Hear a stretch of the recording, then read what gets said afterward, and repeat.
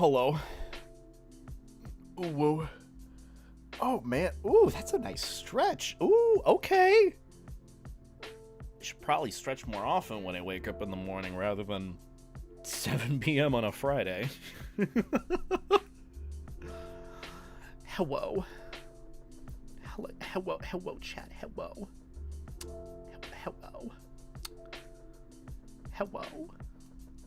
Woo. How you guys doing? How are the wife and kids? How are things?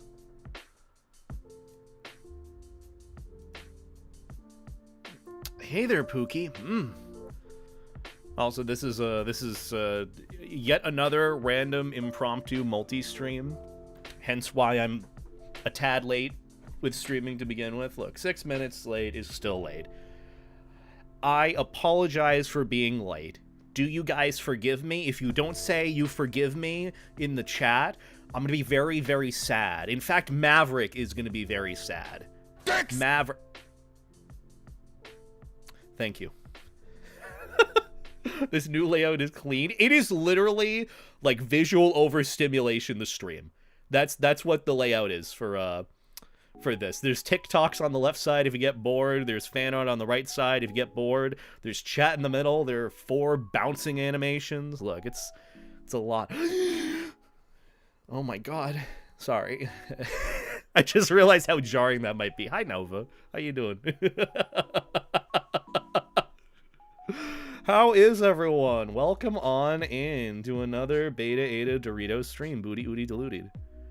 Also, hi, Nova. You're in YouTube chat, too. My excitement cannot be contained. Nova, do you want to be a mod on YouTube?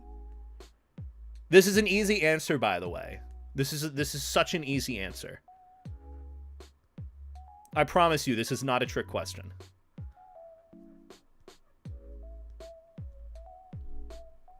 But how you guys doing? I'm doing dual streaming this time. Oh, woof. The answer was supposed to be no, because YouTube moderation is a pain. But I can mod you if you would like. I don't even know if I have any mods on my my Boodles channel, but that's something I'll have to figure out at some point, because, you know, if I am going to be streaming to the secondary channel on YouTube, it's probably wise for me to do so. Are you the Boodles? Yeah, I am. Have I ever explained the origin story of that name for why I set my secondary channel to that? Probably do that sometime. I tried to say yes, but slow-mo messed me. Oh, well, I will mod you because you're a friend-no, and it means I get to see you in chat more often. Okay, it has every other option besides moderate. Like, I can ban you, time you out, hide you from the channel, report you. I can do everything but mod you, apparently. Already loving the setup as is.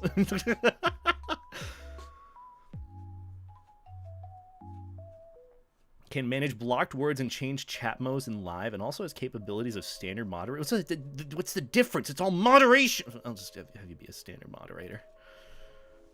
I mean, just ban me at this point. I will not ban you because I care about you, and I miss you lots, and I'm excited to see you soon. Well, look, it's Beta. It's PR Wolf. How you doing, PR Wolf? It's been a hot minute. How are things? How are the wife and kids? How is everyone doing today? Look at that booty oody deludey on the right. Oh my god. Oh my god! Also, random person, thank you for the 50 bits. I appreciate it. Hey, Beta, if you inflate your life jacket in the deep sea, assuming you don't just get crushed, would you launch into space? I love how you had to put that in parenthesis, because I would have absolutely said the same thing of like, oh, it wouldn't matter because the sheer pressure would annihilate me instantly. Like, my body would basically implode to some extent. I think that's what happens. I don't actually want to know what happens when you put yourself deep into the ocean, but I think of that, like, deep sea expedition to the Titanic that happened, and how, like, their bodies, like, the people in the submarine, their bodies died before they could even recognize that it died. Like, it's just that quick for the pressure difference. But yeah, pressure change, especially in the deep ocean, is very, very, very scary. I don't swim in the sea. I have thalassophobia. Same! I swim in the sea every so often. I'll, like, dip my toes into some clear waters, but that's about it. So, you know, you pretty much are unidentifiable. Exactly. See? But would I launch into space? I don't know. I kind of imagine that scene from Spy Kids 2. You know exactly the one. You know the Spy Kids 2 scene, the one that I like the inflated suits. UwU. What do you mean YouTube is not receiving enough? What do you mean? I'm not dropping frames. My internet's fine. I set the quality to just okay. I guess low latency then a little bit. We'll turn it down a smidge on YouTube. Sorry, YouTube. Look, I should have plenty of bandwidth. I should have plenty. I even did a speed test before this stream. I have like a good 25 megabytes up and down speed, so it should be usable. But regardless, hope you all are doing well. How are the wife and kids? How are things?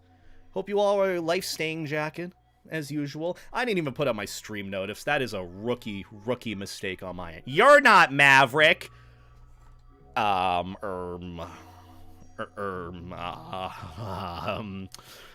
inflate like him. Ooh, ah.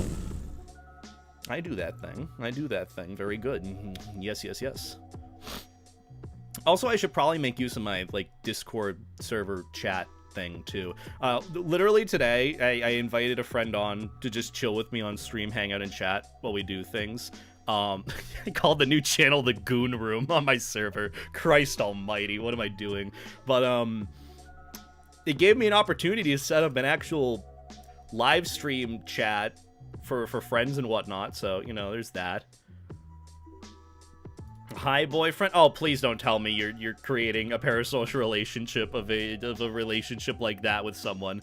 Please don't do that. Like, I hope to Christ you're joking. You shit in my dream journal.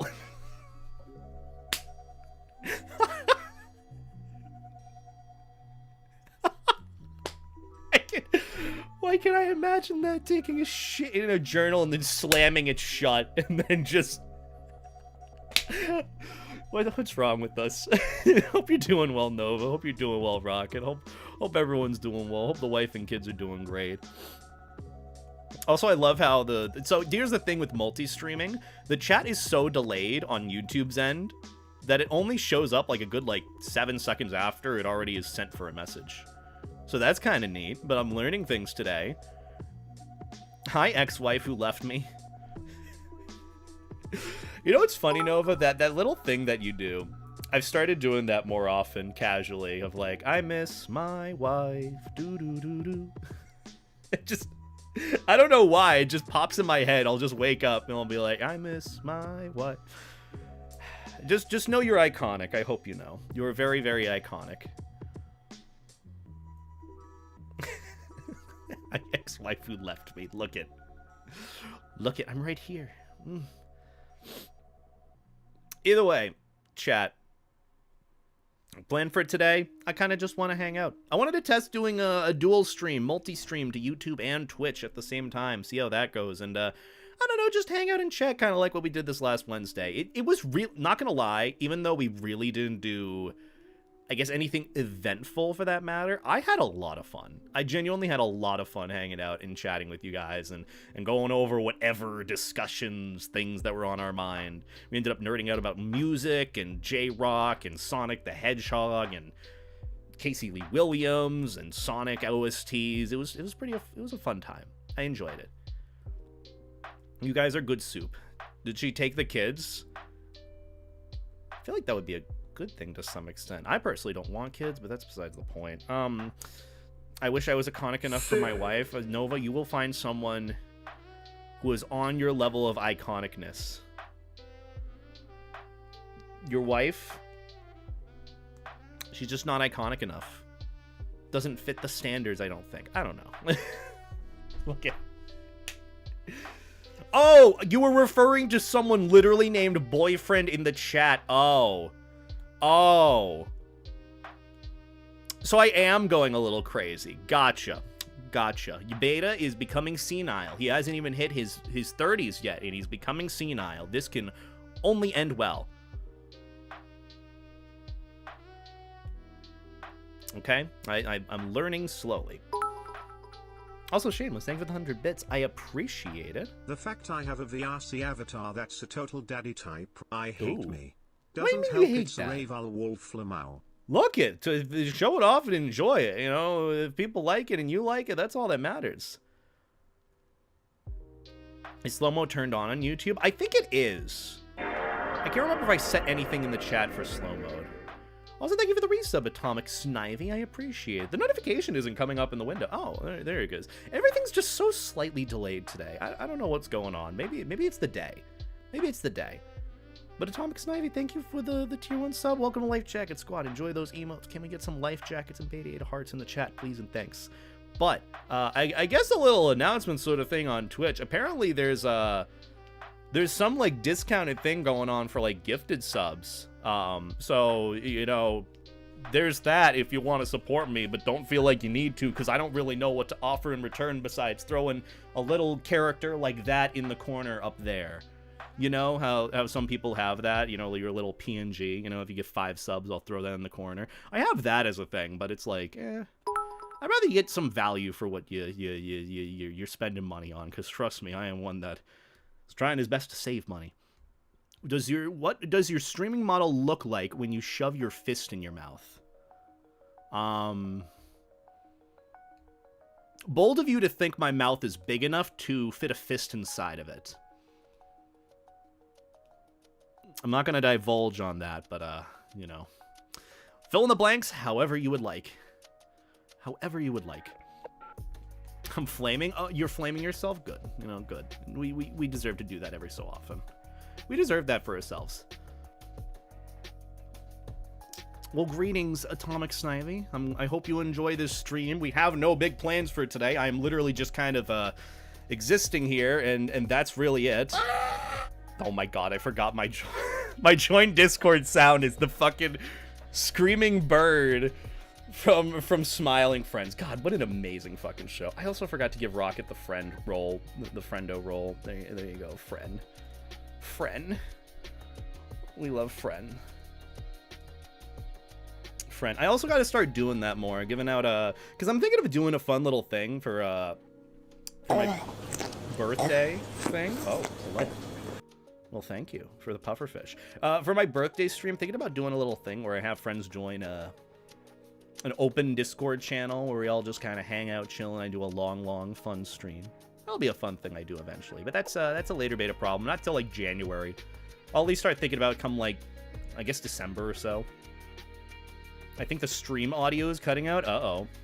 YouTube. Behave, mister. Is it? Is it actually? Is the delay just that bad? Christ almighty. Look, if there are issues with it, just try refreshing the stream. That's all I'll say. But then again, who knows if you can hear me or not. Smiling Friends is a gem. It really is. I have to watch the rest of Season 1 and watch Season 2, because I heard good things about Season 2. I already loved the first... I already loved Season 1 as is. It's just so fucking funny. So, you know, there's that. Got a notification for your stream for both YouTube and Twitch. The Twitch one said, take this life jacket with you on your journey. Well, yeah, I do have that. I do have that set up. Haven't really changed the notification alert, because usually oh, speaking of stream notice, completely forgot to put up the notice for everything. But, yeah, when it comes to just stream stuff, I just post my notifications in, like, my Telegram channel, my Discord, all that stuff. I'm just throwing a rough link. You know, I don't have anything automatically set up to send out notifications, but, you know, we figure it out as we go along. I'm live here now, UwU, at everyone, because everyone clearly loves hearing at everyone. Ooh, I have pizza next to me. I have that as a little snack during this stream. But yeah, any friends? Uh-oh. Hello? My model isn't tracking for some reason. This is why I really desperately need this new PC soon. So that's what I'm saving up for, is a new build for a PC, because the one that I have, I think, is dying. It's not working well. It's not doing what it should. So, yeah. I'm going to be figuring that out come Cyber Monday and Black Friday, but that'll be a later beta problem. I'll figure it out as the weekend goes along. I'll put together the rest of my PC part picker list.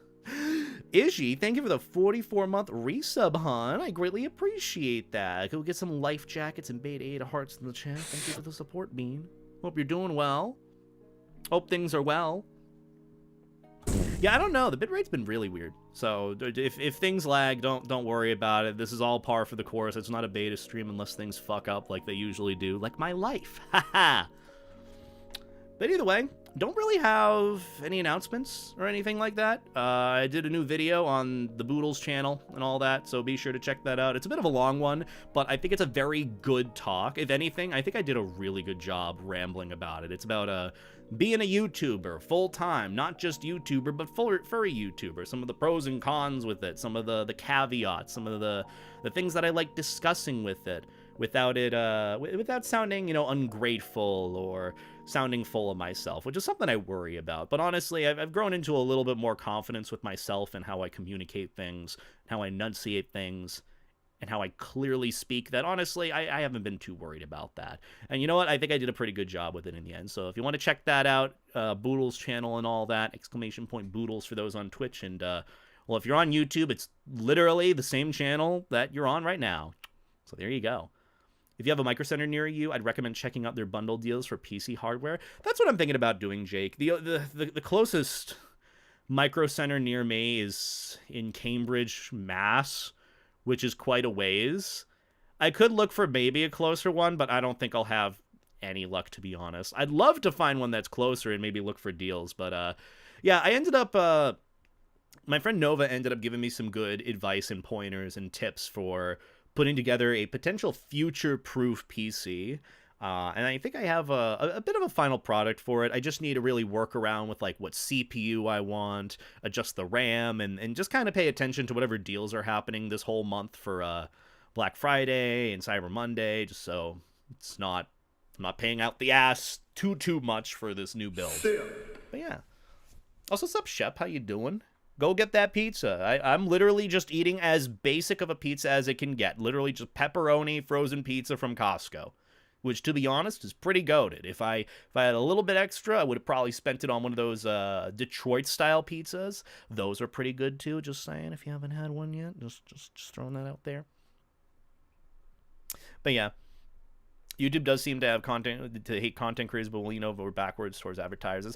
I don't think it's so much that it actively goes against content creators. I think there's just definitely some bias in the end when it comes to reviewing things. You know, algorithms, they just try to promote things that get people to watch more time than things on YouTube. That's really it at the end of the day. So I'd say it's more in favor of just trying to get people to spend more time watching things rather than promoting things that potentially might not be as watchable as other things. I mean, that's why you still have Mr. Beast videos promoted to you. Just saying. Is the quality on YouTube really that bad today, Chad? Or is it really that bad? I hope it's not too bad for y'all. I hope you're all are able to watch it and listen just fine. But either way, plan for today, kind of just want to hang out and chill with you guys. Where'd the music go? Just ended my music. That's weird. It was just oddly silent. Spotify playback applause while transmitting audio? No! Listen to the fucking music in the back. Just put it on. Sheesh. If you aren't already using a price tracker, like honestly, I'm already seeing fake deals on Amazon where they jack up the price to a month early and then cut it 30% off. Yeah, that's... I've been paying attention to the price tracker on PC Part Picker for some of the parts that I want. Like, I'll see some for like 20% off the RAM that I want, and I'm like, I can probably do a little bit better than that. So I wait a little bit, and then I'm going to see come like Black Friday, Cyber Monday. So in the end, I'll probably end up building the PC after MFF, give or take, because I have Thanksgiving, Friendsgiving, and then MFF the week after, and hopefully by the time I get back, I'll be able to have all my parts to build the PC and everything. I love how your title is Kingdom Hearts 2 and your category is pools. Is it? Huh? Twitch? What happened to my goddamn Twitch title? See, this is what happens when you use Restream.io. It forces whatever fucking title. Like, I thought I changed that shit. Bro! So fucking weird. God, this is why dual streaming is a mess. Think about it this way. I had tried to make some sort of plan to dual stream on TikTok. You know, Twitch and TikTok. Imagine how poorly that would go with trying to get that going. Yeah, I still haven't even set that up properly. Look, at the end of the day, technically we are playing pools. We're inflated. Bigging around. But thank you, Stalkers, for changing the game. I appreciate it. It's just... I said it before the stream, and then it just completely fixed it, because, you know, restream and all that. Should watch the Walton Files? Maybe. I've been recommended watching over some, like, analog horror stuff, and I've been thinking about it. Maybe I will, maybe I won't. Just kind of depends on the mood we're in. And honestly, the mood for today is I kind of just want to play some marbles on stream. Do the usual thing, chat with you guys, hang out, exist. Maybe show off some other cool things that I got. I have to actually get some of the fan art that I've received recently and have it integrated into the fan art showcase. So we could potentially do that. But honestly, it's just hang out, chill, exist. That's really it. No high expectations. Being a floaty dog as usual. Talk about things, answer questions. The usual. Also, Grizzly Nightmare, thank you for the $10 super chat. I greatly appreciate that. That's very generous and kind of ye. I don't know if it's going to do the whole text-to-speech thing because I haven't set up anything for YouTube. You know. What the fuck are they called again? Super chat. Right. Super chat. But I will read it out regardless. I like how you always put positive vibes in your content, even if the content is controversial. By the way, you must have a good camera because I would have never guessed you were a 2X or 3X shirt. So that's the thing about it. The camera actually... I don't know what happens, but it sometimes makes it look like I'm skinnier than normal. And people have been telling me, like, yo, Beta, you look skinnier. I'm like, I might be. You know, I'm down 230 pounds from, like, 250 earlier this year, which is really good. Also, why is my frame rate for VC face dying? Hello? Let's not do that, please and thanks. Grazie. But... oh, it's because Marbles is going. That's why. Hold on. Does this help a little bit? Oh, I have my PNG tuber active, so I have my floaty dog. You know what? Let's move it over. You know, let's have two floaty dogs this stream, so you can see me when I speak and when I don't. But I just want to say again, thank you for the super chat. I do appreciate that, and I appreciate the kind words about, you know, the videos that I do, because honestly, like, yeah, a lot of them are controversial in nature. But I do try to give some sort of solution to a lot of it in the end. Like, a lot of the drama, yeah, it's just the cycle of how social media works and people getting perpetually angry all the time. So that's why I'm just like, you know, what can we offer here and give a solution to this to potentially stop that or potentially help people think differently? And that's kind of the perspective that I give. I give insight, I give a perspective that isn't just charged in some way or the other, and try to assess things from both sides. I also love how my frame rate goes burr. Why is it going burr right now? That's weird. Doesn't even say that most of my CPU usage is through the roof either. That's weird. Okay, maybe Jake's stream is a bit spicy for a co-stream. Ooh, I'm missing out then. God damn it. I always wanted to check in on Jake's stream. I literally was like listening to him while I was getting the stream set up. But hope Jake is doing well. If you guys could go and tell him I love him lots, he has good soup, good bean, go and support him, I'd appreciate that. Also, hi Grimo, hope you're doing well. I'm trying to keep up with chat and all that, and it's definitely going faster than I usually am expecting, but at least with the delay it helps a tad bit. But yeah, go and wish Jake well. I'll probably see him in VR chat tonight, which actually, real quick, I completely forgot to do this. I gotta plug in my controllers, so give me a moment because I'm gonna absolutely need them charged if I'm gonna be on tonight. So yeah. Un momento, por favor.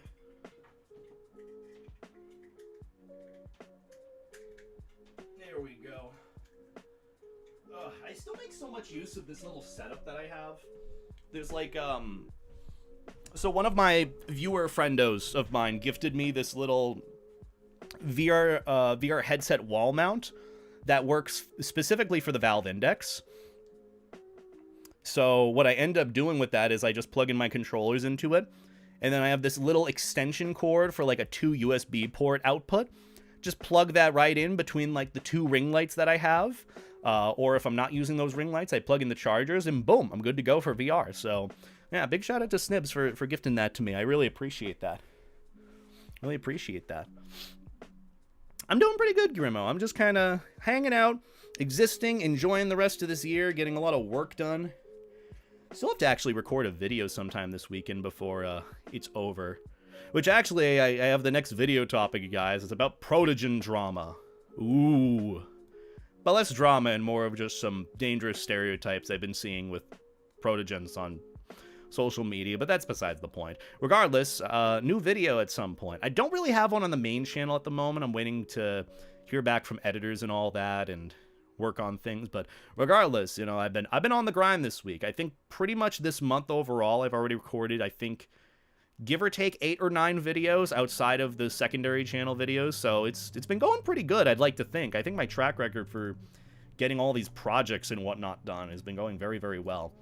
But regardless, let's do some Morbles. And this works specifically, I think, with Twitch, by the way. So if anyone's on Twitch, you can hit !play in the chat and join. I don't know if it works on YouTube, but, you know. Seems to only work for Twitch. Sad as can be. But yeah, feel free to join the race. You know, it's just a fun little eye candy while we just sit here and chat. That's really it. Also, I think Rocket was going to join us at some point tonight, so we might have some friendos join us while we chat and chill. But regardless, you know, we're in good company tonight. I get to chat, hang out, discuss whatever we're feeling, and that's really it. And tink tink, I'm drinking water right now. That's what I'm drinking. Haha. Ooh, that's spicy water. That is spicy. Ooh, Rocket. We love Rocket. Can you link your streams or mobile app to Twitch and edit your marble? Can you edit your marble? I feel like you should be able to do that on the website if you have like an account or something. Or if you have marbles. I'm not necessarily sure if you're like a guest or something. I'm not sure how that works, but regardless. I think there should be a link to my Twitch in the description on YouTube. So, you know, if you don't already have a link, you know. Oppin' voice? Sure, you're more than welcome to, Rocket. It gives me time to set up your PNG tuber thing so you can be next to the floaty dog. But we love Rocket. Moon, why the fuck is your icon oh, I forgot. You never changed it. Hi, Moon. Hi, Moon. How you doing? Oh, play Maverick? I hate it here. I hate it. Where's my spray bottle? Where's my Febreze? I'll do it. I'll do it. But let me see if I can get... Do I want display capture? I feel like I want game capture from Morbles. Yeah. Yeah. So let me get Fuji Tech going so I can make sure to easily edit Rocket's little PNG. I almost asked for a second what animal species Rocket was, and then I had my epiphany in like half a second, so there's that. Also, hi, Barking. How you doing? And hello, Bardivislok? I'm bad with pronunciation, so if there's an easier way to pronounce your name, please let me know. Or a shorter way to pronounce your name. Want a mushroom pizza? Honestly, I'm weird when it comes to mushrooms. I like the flavor and taste. Texture, it just doesn't do it for me. It's just the weird slimy chewiness that just does not do it for me. Sorry to say. Sorry to say. It's just... nah. Nah. No way. The only time I eat mushrooms is on pizza. Honestly, I can eat mushrooms on pizza if it's with something else. Like, if there's a lot of other flavors and textures going on, then I can ignore it. And, like, I guess the only time I've been able to enjoy mushrooms fully is with, like, steak Diane. I don't know why that specifically. I think I just consider mushrooms as, like, a good filler. Like, yeah, it's good protein, but it's also one of those things that's very good at filling your belly, especially when you're trying to fill it with other delicious flavors, whatever else. Fake bacon made from oyster mushrooms, low-key kind of fire. That sounds actually amazing. Not gonna lie, that sounds really fucking good. I would love to try that one day. All right, let me just check real quick. I have everything together with my Protogen drama video, sort of going over a little bit of it. I don't know the full details of what I'll cover with it, but I'll do my best to get a video recorded at least tomorrow. Also, yeah, YouTube streams do have a little bit of a delay, so if there are any messages sent through there, a fair warning. I do my best to read. If I miss it, I'm not ignoring you, I promise. I definitely do my best to not ignore you, to pay attention. Fulfilling attention. Hi. Hi, it's Rocket. Hi, Rocket. Hi. You're here. Oh my god. You're here. I'm here. I'm here in the you've titled this Goon Room. Goon Room. Yeah, I didn't know what to call this channel. It's called Goon Room. Awesome. Are you ready to goon live on Twitch? Yeah, but I have knee surgery tomorrow. Wait, you have knee surgery tomorrow? Oh, he doesn't know. You don't know the meme. I'm sorry. I should have known you're not with it. Wait, not actually, but like. No, not actually. Oh. Damn it. It's kind of related to the gooning thing. It's knee surgery tomorrow. Knee surgery tomorrow. What's the meme? I'm out of touch. Well, yeah, those who know. J7 knows. I don't know. It's like the Grinch, like knee surgery tomorrow. What does the Grinch have to do with knee surgery? I don't remember that in the movie that I watched in like middle school. Well, he has knee surgery tomorrow. Does he? Everyone in chat knows what I'm talking about.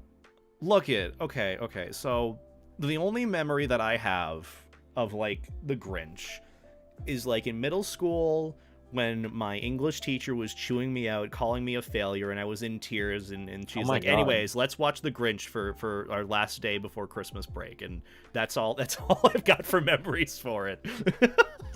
That's crazy, actually. Does that have to do with the knee surgery, or am I missing something? Yeah, you're missing so much. Why the blue Grinch meme? I'm scared. Yeah, you're gonna have to look that one up. How's your day been going?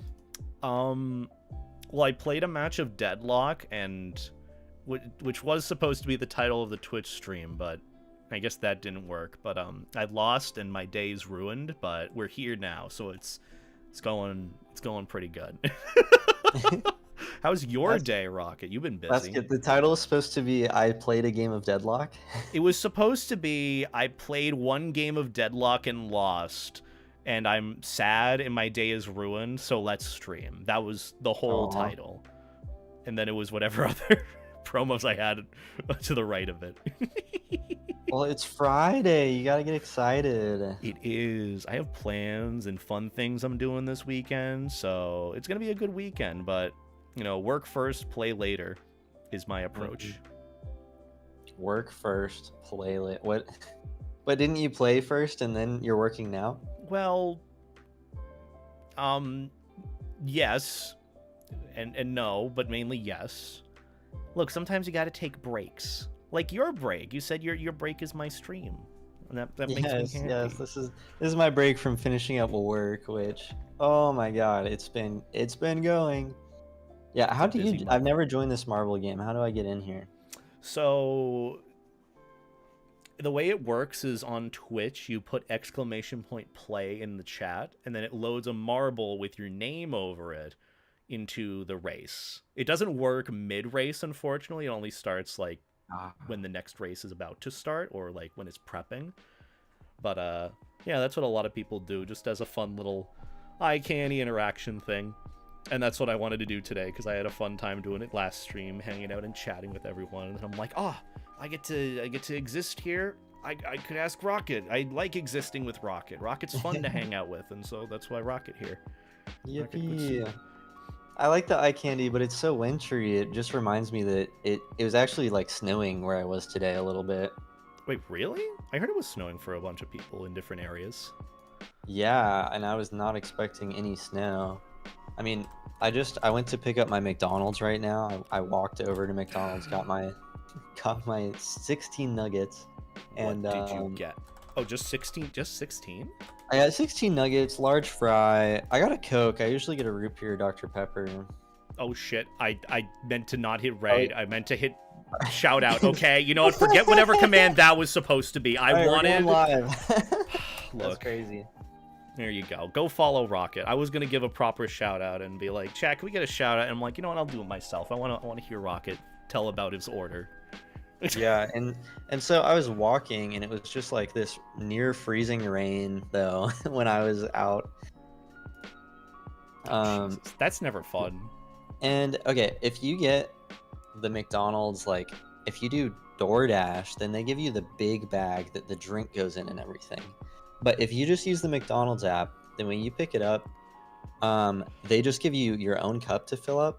And so then I was carrying, That's awesome. on one hand the like bag of food, and the other hand my filled up Coke, and my hands were freezing, my little baby hands, because I had to walk like half a mile or so with the food while it was really cold. Oh. Well, don't they usually have some sort of like little baggie and cup holder that you can like throw everything in? Yeah, I think those are just for like the DoorDash or Uber Eats orders. I don't think they do that for the app. Well, that sucks. Would have expected they have those available for everyone, but you win some, you lose some, I guess. Yeah, we've been taking a lot of losses, so it's time for a lot of upcoming wins. Ooh, what kind of wins are we talking about here? Well, I mean, looking forward to meeting my boyfriend's family. Looking forward to Midwest Fur Fest. That's gonna be exciting. MFF is gonna be great. I'm looking forward to seeing you again and hanging. And then I don't know what to do really at MFF besides kind of exist and go around in fursuit and all that. But food is definitely probably something that'll happen. So Yeah, but the food options are so limited at Midwest Fur Fest. they are. You gotta. I'm probably gonna take one or two or a few trips out to that little like mall with like the food court and all that. I know Evan was looking to go. I'm like, ooh, this could be a fun little adventure. But I heard the food there actually isn't that bad for the price point. So might be doing that this next this next few weeks. But I will let you know if I do. If you want to go on the excursion. No, the best thing about MFF, Midwest Fur Fest, is definitely that it's really cold, which is really good if you're suiting. Yes. But then the food options are really limited, and you have to walk out in the cold a lot, which is not ideal. I had one really good start of a con one time where me and some of my friends, first day of the con, before anything started, we went to Fogo de Chao, which is the Brazilian steakhouse. So good, but so expensive. Where you just get the buffet. Yes, it's expensive. You just get the buffet, and they just give you these red or green circles. And if you have the green one face up, then they keep bringing you food. And if you have the red one face up, they stop. You gotta get your money's worth by going for the expensive cuts of meat. They're gonna like come by with like bacon wrapped chicken or like the I guess like skirt steak, which isn't bad, but you want like the filet mignon, like the bacon wrapped scallops, like all that expensive stuff to get your money's worth. Yes, I'm absolutely. excited for that. I have plans to go with friends already, so that's gonna be fucking banger time. Flaming minion? Flaming minion. Flaming, no, you mean flaming young. Flaming young. Filet mignon. Flaming young. That's funny. It has the same energy as me calling a charcuterie board or a charcuterie board. Charcuterie. There's Rocket. I love your little icon. That's Russ art, right? Yeah, that's from Russ. That's my sticker in my sticker pack where a duck is biting my finger. What? Oh, but I was gonna ask about that. Is that whole what are the stickers in your pack? Looks like a Dr. Seuss-esque like proportion character. Is that what you were going for with it? Like with the giant bird? Yes, that is supposed to be my Sneech sticker. Sneech? I'm like melting over this. I love this. Yeah, I know chat has no idea what we're talking about. If you go to my about page, I have a link to my sticker pack where you can see my silly stickers by Russ. I have one that is a star-bellied Sneech. Oh. Well, it's just a Sneech. It actually is star-belly-less, but that is one sticker that everyone always asks me about. And then also the duck one. People always ask me why a duck is biting my finger. And there is no answer. I got extremely distracted because first off I was going to be like, oh, go and check out Rocket. You know, you get to see their stickers and all that in their about page. But in the race just now, I saw you fly off the map, and no. it immediately went to spectating someone known as the Kate Denson, and that was the last thing I thought I would ever see pop up tonight. But I'm glad that it did, and it was just so jarring and funny to me. Yeah, I'm a fast and loose marble. You are, and chat, you should go and check out Rocket. He streams, does art stuff. When are you streaming again, by the way, if you happen to know? Yes, I do. For those who don't know, for those who don't know, I do oil painting on stream, which not a lot of people do, so I'm very happy to represent. But I'm taking a break for Thanksgiving and also MFF, and I'll be back like December 10th, to be honest. It's a pretty big break, unfortunately, when I just started streaming, but it's gonna be fun. Hey, you know, you got priorities. Yes, sir.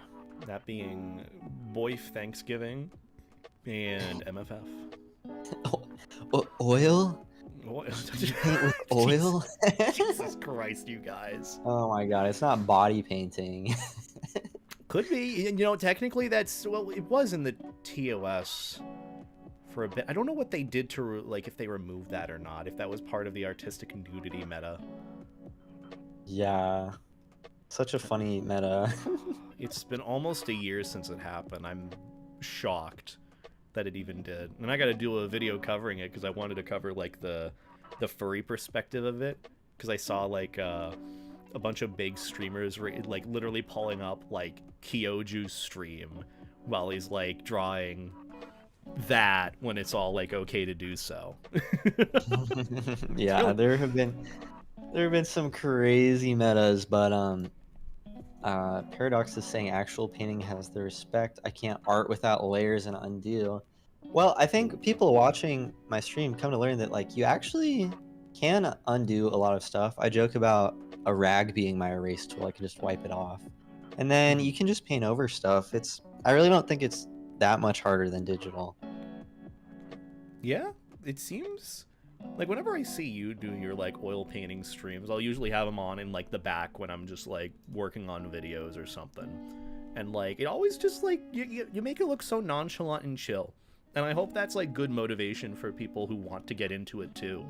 I don't know what kind of, if you get questions like that about, like, your oil painting process or anything, but it looks fascinating to see it all, like, come together with what you're working on. Yeah, no, I do get questions. Sometimes it's the same questions, and I'm always happy to answer. But I'm definitely happy to make oil painting appear more accessible. I think traditional art is going to continue to become more popular in fandom spaces with AI art becoming more popular. Yeah. Yeah, I mean, that's especially the case, because fun fact, I learned the other day that there is now AI-generated NSFW artwork of my Safe for Work character. And I learned this because a friend sent a link to me, and it's just, it is weird to see. It's so bizarre. Like, obviously, I don't support it, but I'm just like, why? Like, why does he have big balls? Oh, because Oh my God. people are that obsessed with this character. It's just weird, but yeah, that's an interesting thing I'm going to be talking about at some point. But yeah, I don't blame anyone for wanting to go, like, traditional art, and if anything, you know, it gives you a step up for already being, I guess, a part of it and participating in it. So there's that. Yeah, I mean, I don't think I'm ever going to be the most prolific furry artist, mostly because I work full time. Mhm. But I'm happy to have more eyes on traditional painting and make people more aware of it, and help people if they have any questions on starting traditional art. Yeah.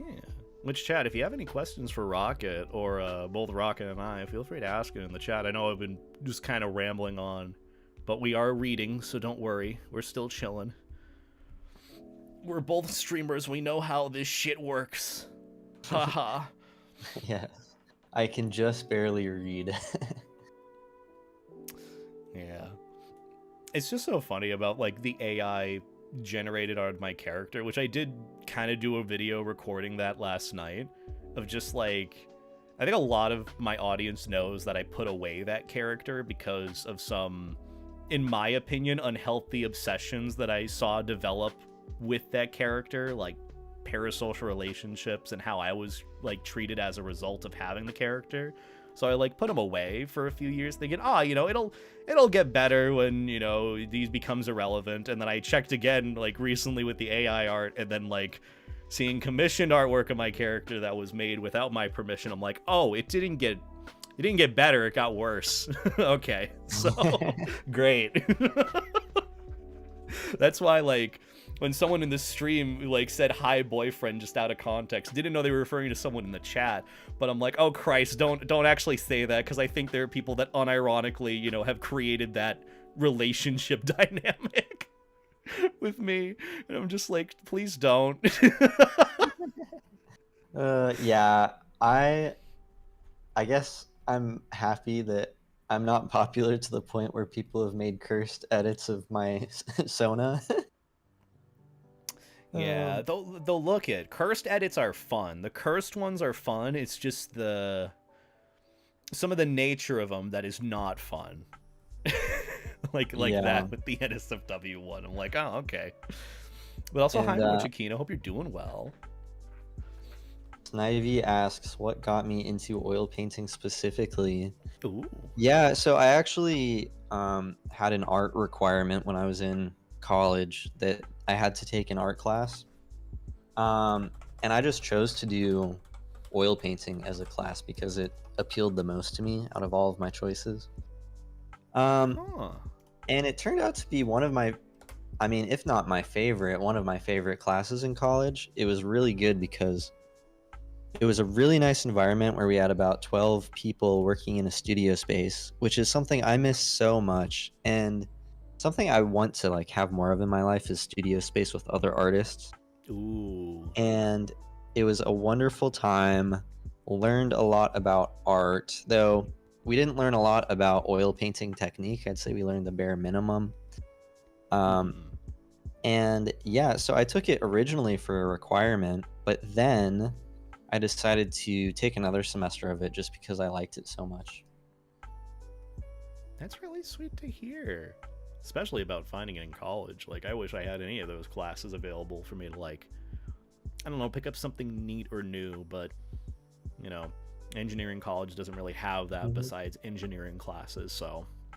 That's so true. And that's one of the reasons I'm always a big, I speak positively of liberal arts colleges, and I'm really happy I went to a liberal arts college because I got to, I mean, really explore a lot of different things and take classes in economics, biology, painting, theater, as well as get my computer science degree. Hell yeah. That's actually really, like, endearing and motivating to hear. Especially from someone who just didn't really have, I guess, any sort of college experience like that, or even school experience, because a lot of it was just, like, private schools, private religious schools, and then just going off into, like, hey, techie school. It's like, I didn't really get, you know, public school experience, even a consideration of liberal arts stuff, because a lot of it was just like, okay, focus on sciences, focus on mathematics, focus on engineering, and then get some job in that, and then there you go. That's what you do for the rest of your life, when there's, like, a lot more to it than just that. Yeah. I don't know if I would have excelled in a college that, or a university that was focused just on STEM classes. For me, I don't think I would have done well with that. And also, yeah, the value proposition of college is getting worse and worse every year, where colleges are getting more and more expensive year after year.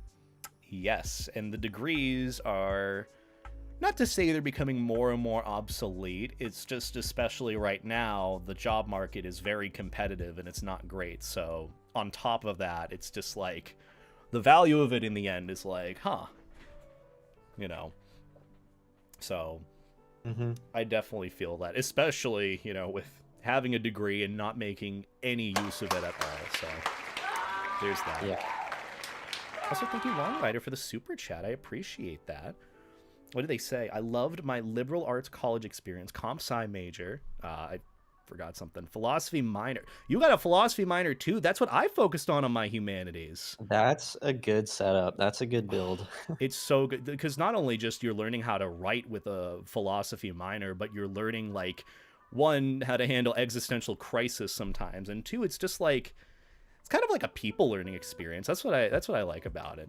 That's what I liked about when I took those classes. Like, my professor was like such a sweetheart and was very understanding about people's perspectives and just like if they needed to take a step back because it was becoming a bit too much on thinking about like existentialism and what the self is, which was like what my big thesis was on. I'm like, hey, I'm feeling a bit lost in the void of the universe. Could we not? And she's like, sure. Let me take like a 2-day break and then come back to it later. And she was like, that's what I like about it. Very well-rounding experience. Yeah, I think the meta is, if you have the opportunity to go to college, it's do a liberal arts degree, know what it is you want to do pretty quickly, like it probably by freshman year, and get a minor in something fully unrelated to your major. I don't think double majoring is a good use of most people's time. It's too restrictive on the courses you get to take, but a minor can be a great way to really do something else with your time. It's like dipping your toes into something that's interesting, but not like fully dedicating to it where you feel burnt out with like really focusing in on it. That's what I like about it. And also, thank you, Nico Husky, for the raid. Just wanted to say thank you for the raid. I appreciate it. Yeah, I also think the community college meta is another good meta. I definitely agree. I think my sister actually ended up doing that too, because she was, for the longest time, she was figuring out what she wanted to do with the rest of her life, because she wanted to go into veterinary school and then thought nursing, then thought biology, but couldn't really like pinpoint where she would be happy, because all of them, as much as they're, you know, similar in the STEM field, they're like very adverse and like you focus on that and that's it. So she went to, I think she went to like a community college to really like figure it out, take a bunch of classes with it, and then just kind of decide what she wanted to focus on. So highly recommend that route too. And plus I think it's relatively cheaper than just going to like regular schools too. Yeah, it's significantly cheaper and also less of a commitment, where you can get your associates in 2 years. Yeah. The 6-year, 2-year degree community college meta. Oh, God. Yeah. Jesus Christ. Oh, Recon has a question. I'm picking up my partial at MFF. Do you recommend wearing gloves underneath hand paws? I'll let Beta answer, but my answer is no. You can. It honestly depends per person, because if you think about Under Armour, the way it's supposed to work is just it's supposed to be like sweat wick to the extent of keeping out any not harmful substances, but like body oils from like touching your hand paws. But a lot of times with hand paws, you just throw them in the wash as is and it's good to go. So usually you don't need it, but the option is usually there to grab like any sort of glove. It's kind of like the same material glove as like when I was drawing for a bit, I had like a little drawing pad glove that like covered my pinky and ring fingers so that I could like slide it across my tablet very easy. So like something in nature to that is usually available. But even then, you don't really need it per se. Yeah, I don't think it gives much of a benefit wearing gloves underneath. I don't think you're really gonna reduce like wear or dirtiness of your hand paws, but it will reduce your dexterity and ability to like feel and manipulate stuff with paws. Which is, I mean, for mine, I can really barely do anything with my paws because they're so big. That's definitely a trade-off. I've had both ends of it with like even two fursuits now, with my fursuit being kind of like an overly cartoony, very bulky in every way, like big hand paws, big feet paws, big fursuit head, weighed 5 pounds. So it's like I know what it's like with that, but I also know what it's like with having a lightweight fursuit, like not plantigrade, but on the cusp of being very lightweight. So like it really determines or depends on what you want for dexterity and movement. Which I'm actually curious, who did make your fursuit, Rocket? I didn't even know you had a fursuit till MontyCon. Yeah, a lot of people don't know I have one. Someone told me last night they didn't know I had a fursuit, but I had mine done by two makers on the same team called Starcane Arts. That's arcane, but like with star at the beginning. Starcane Arts, they're in California.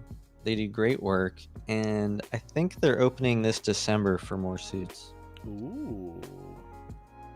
Oh, I think I recognize the name now. Their tweet popped up when I did a video covering like those furry consent badges, and their post ended up helping me find it on Twitter. So it's thanks to them that I actually got to do that video. So kudos to them. Yeah, they were extremely communicative during the commissioning process, and they were very fast, and everything was perfect. That's really good to hear. Also, thank you, Sockets, for putting a link in the chat. And also, hi, Snibs. We love Snibbles. Meowdy howdy. We're just chilling with Rocket here today. Rocket, good soup.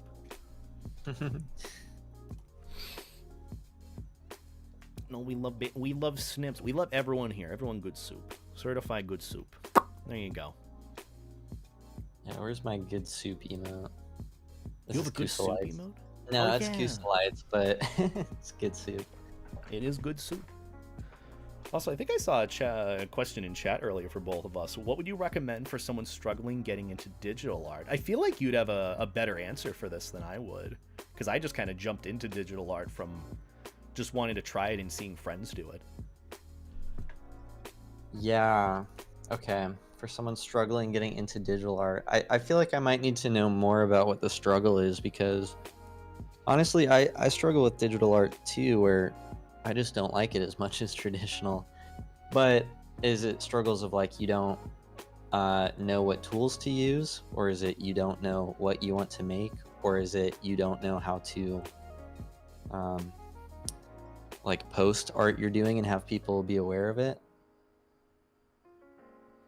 There are definitely different avenues with it. I usually assume whenever I hear someone struggling with it or needs advice on it, it's usually within like the motivation department, like really getting the foot in the door with starting. And that's usually like even the question I get about starting YouTube too. It's not like, oh, what do I need equipment wise? Like, what do I do for videos? It's more like, how do I like kind of get myself to push to like get started with doing it?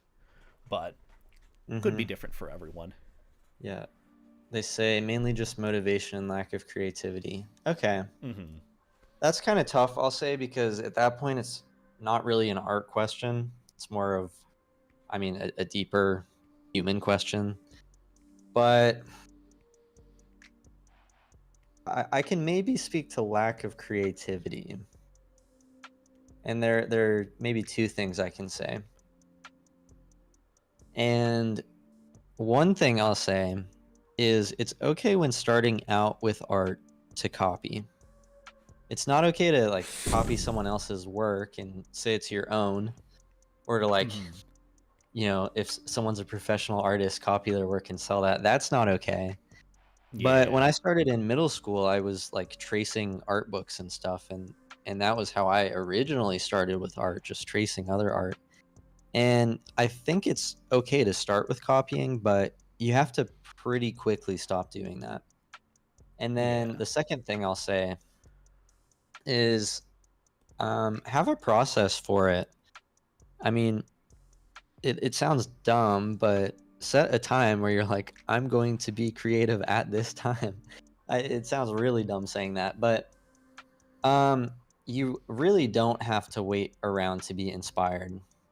You can like set aside reflection time, and if you aren't really feeling anything your own, you can combine ideas that already exist. You know, you can look at stuff you like and try to combine it in some way that's unique to you.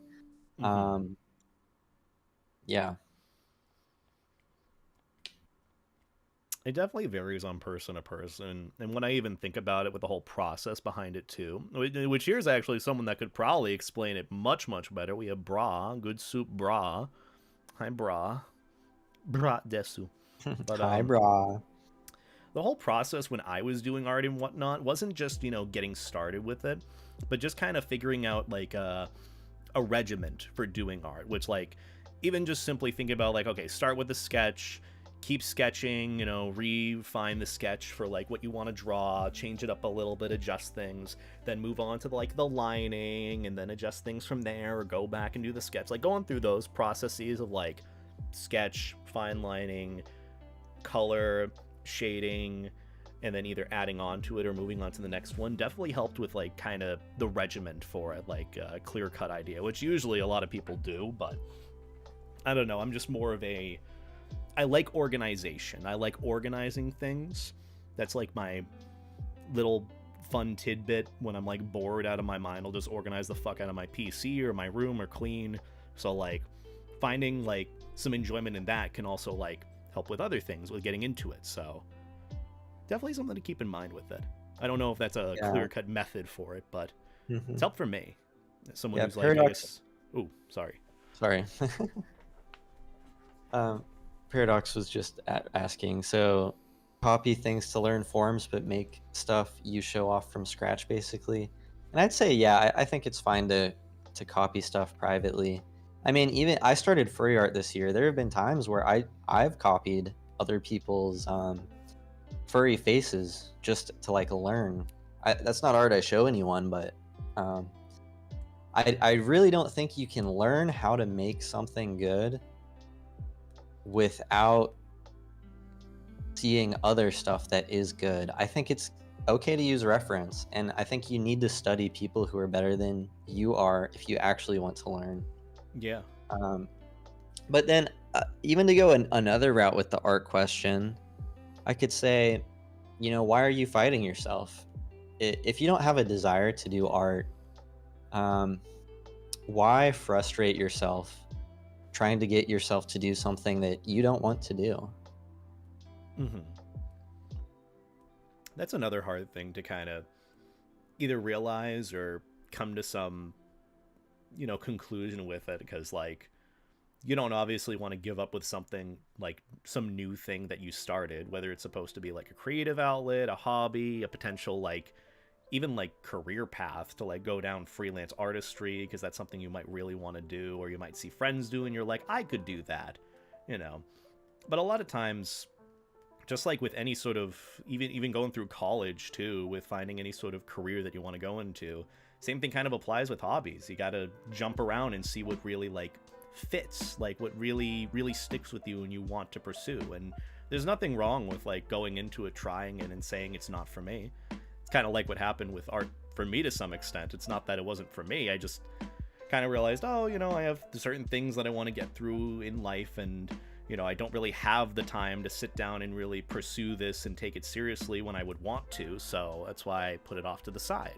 So, you know, don't think that it not being for you means that it's you, like you're a failure or anything. You're completely fine. So like, Yeah. yeah. Yeah. Oh, I won this one. But yeah, and You I'm did. not just I'm not saying this to be like harsh or anything. To speak to my own experience, there were several years of my life where I really thought writing was a hobby I wanted to have, and I would kind of torment myself by like wanting to write, not writing, not knowing how to write, and when I did write, it wasn't good stuff. And I at one point I just sat down and I was like, okay, I have limited time, you know, in my day, in my life really. Why spend all this time trying to do something that doesn't suit me when I can have fun and create something good, doing something like visual art that I don't struggle so much with. Yeah. It all comes down to what really kind of fits. And you never know unless you try it. That's why I always encourage people whenever they're asking about like YouTube stuff, Twitch stuff, like just do your first stream, do your first video, give it a shot. If it feels like good, you know, continue to do it. You won't know until you try it. Yeah, absolutely. And I think it's more so of like, how can I make myself do this? I think it's more so you have to learn how to get out of your own way. Where there's definitely something that would excite you to do as a hobby in this life, like absolutely, for sure. Yeah. And you just got to find that and not stop yourself from doing what you actually have a drive to do. Exactly. I think that's exactly it. And that goes for really anything in life. I don't know how this stream turned into motivational talk about arting, but I am here for it, honestly. Yeah, well, with someone's wonderful question. I guess it makes sense at the end of the day, because, like, I know I consider what I do, like, making YouTube videos isn't necessarily art, but it is a form of self-expression at the end of the day with what I want to put out there, like crafting something. And even if it's different skills and even different effort that goes into it compared to drawing or oil painting or digital art, traditional art, it's still self-expression, it's still creativity, it's still bringing your ideas to life in tangible form. So, you know, I definitely resonate with a lot of this in the motivational department and wanting to pursue it and wanting to improve with it. Even just like looking back at, you know, my journey with being a YouTuber for over 10 plus years now, it's much different. So, you know, it all kind of lines up, and that's why I love having talks like this about getting into your next big hobby or thing that you're looking for, because everyone in some way is finding themselves like at every moment or finding that next thing they want to pursue. So I definitely understand that. Yeah, absolutely. Exactly, Pixel. You gotta believe while screaming. You gotta scream it. But not enough to get a noise complaint. Don't do that. Don't get a noise complaint on my behalf. That's no good.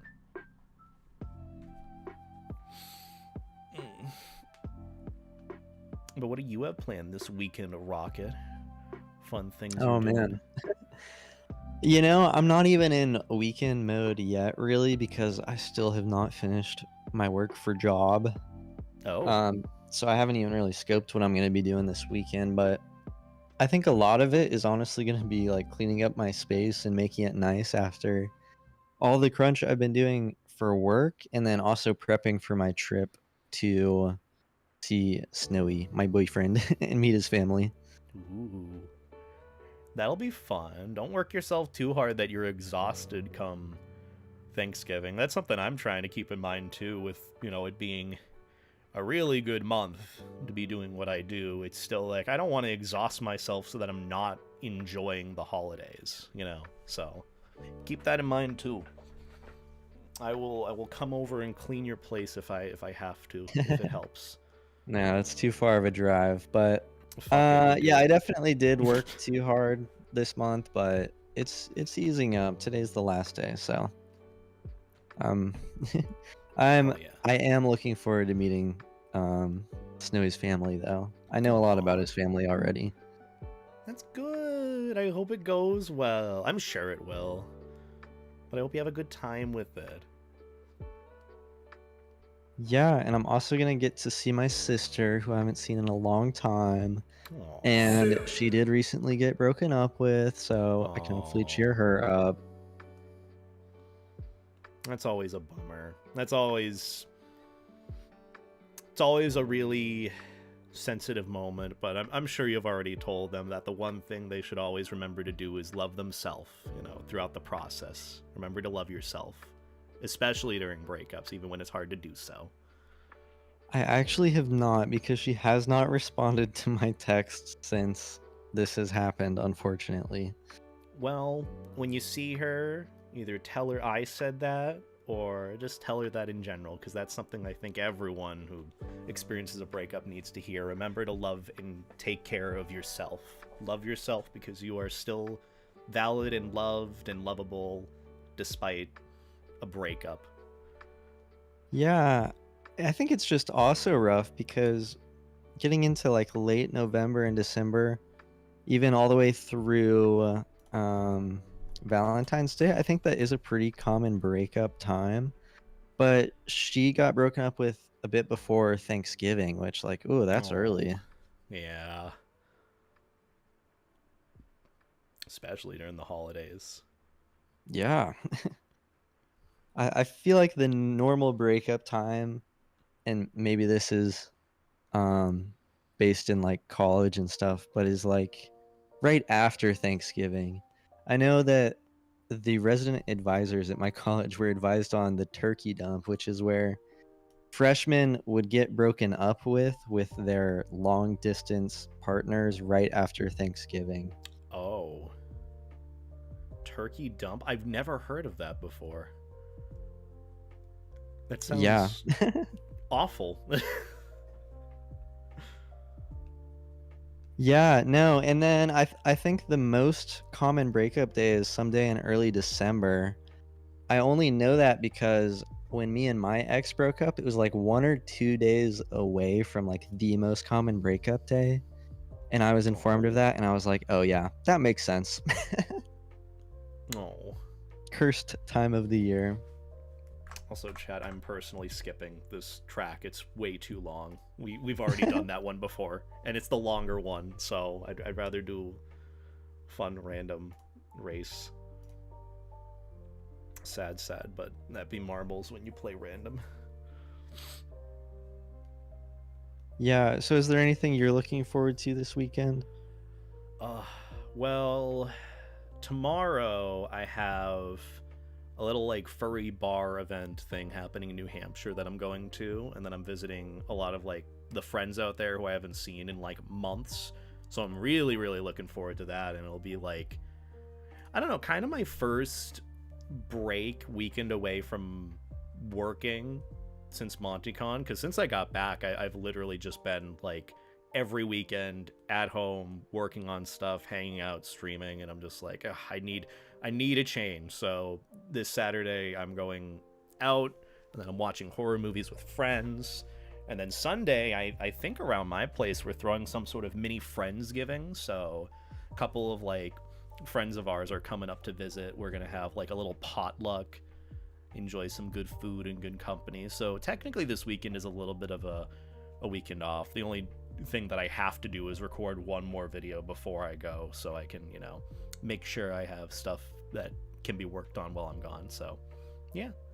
And then other than that, just holidays and MFF, which I'm really looking forward to. I'm looking forward to smushing your face. It's gonna be fun. Yeah, it's gonna be a fun con. Also, I think I told in the car ride to MontyCon, Snowy and I talked like so goddamn much, like constantly. It didn't even feel like the whole like long ass hour drive, but it felt like a really fun like long talk. And we talked about like how MFF is gonna go. One pointer I will give you and everyone: stay out of the sky bridge. Not because it's so hot, but because the CO2 levels in it will be dangerously high, especially based on this last year when someone tested it and it was in like the danger zone according to their CO2 test, or their, I guess it was carbon monoxide, not dioxide, but regardless. No, I think it's actually probably, I think it is carbon dioxide. It's the parts per million, but like inside the room. And yeah, I hadn't even thought about that. But that is a big issue that not a lot of people think about, is like if you're in a small apartment like I am, it really is good to open the window like every day, because your own carbon dioxide, like simply from exhaling over time, can like impair your decision making abilities. Yeah, which actually, speaking of, it is getting a bit toasty in here, so thank you for reminding me. I'm gonna open my window. Oh, whoa. Yeah, I want to open my window right now, but There is loud noises outside, and there have been for like 2 days. This will be good because I'll be in VR later tonight, and then that means I'll have the window and fan on and open. All right.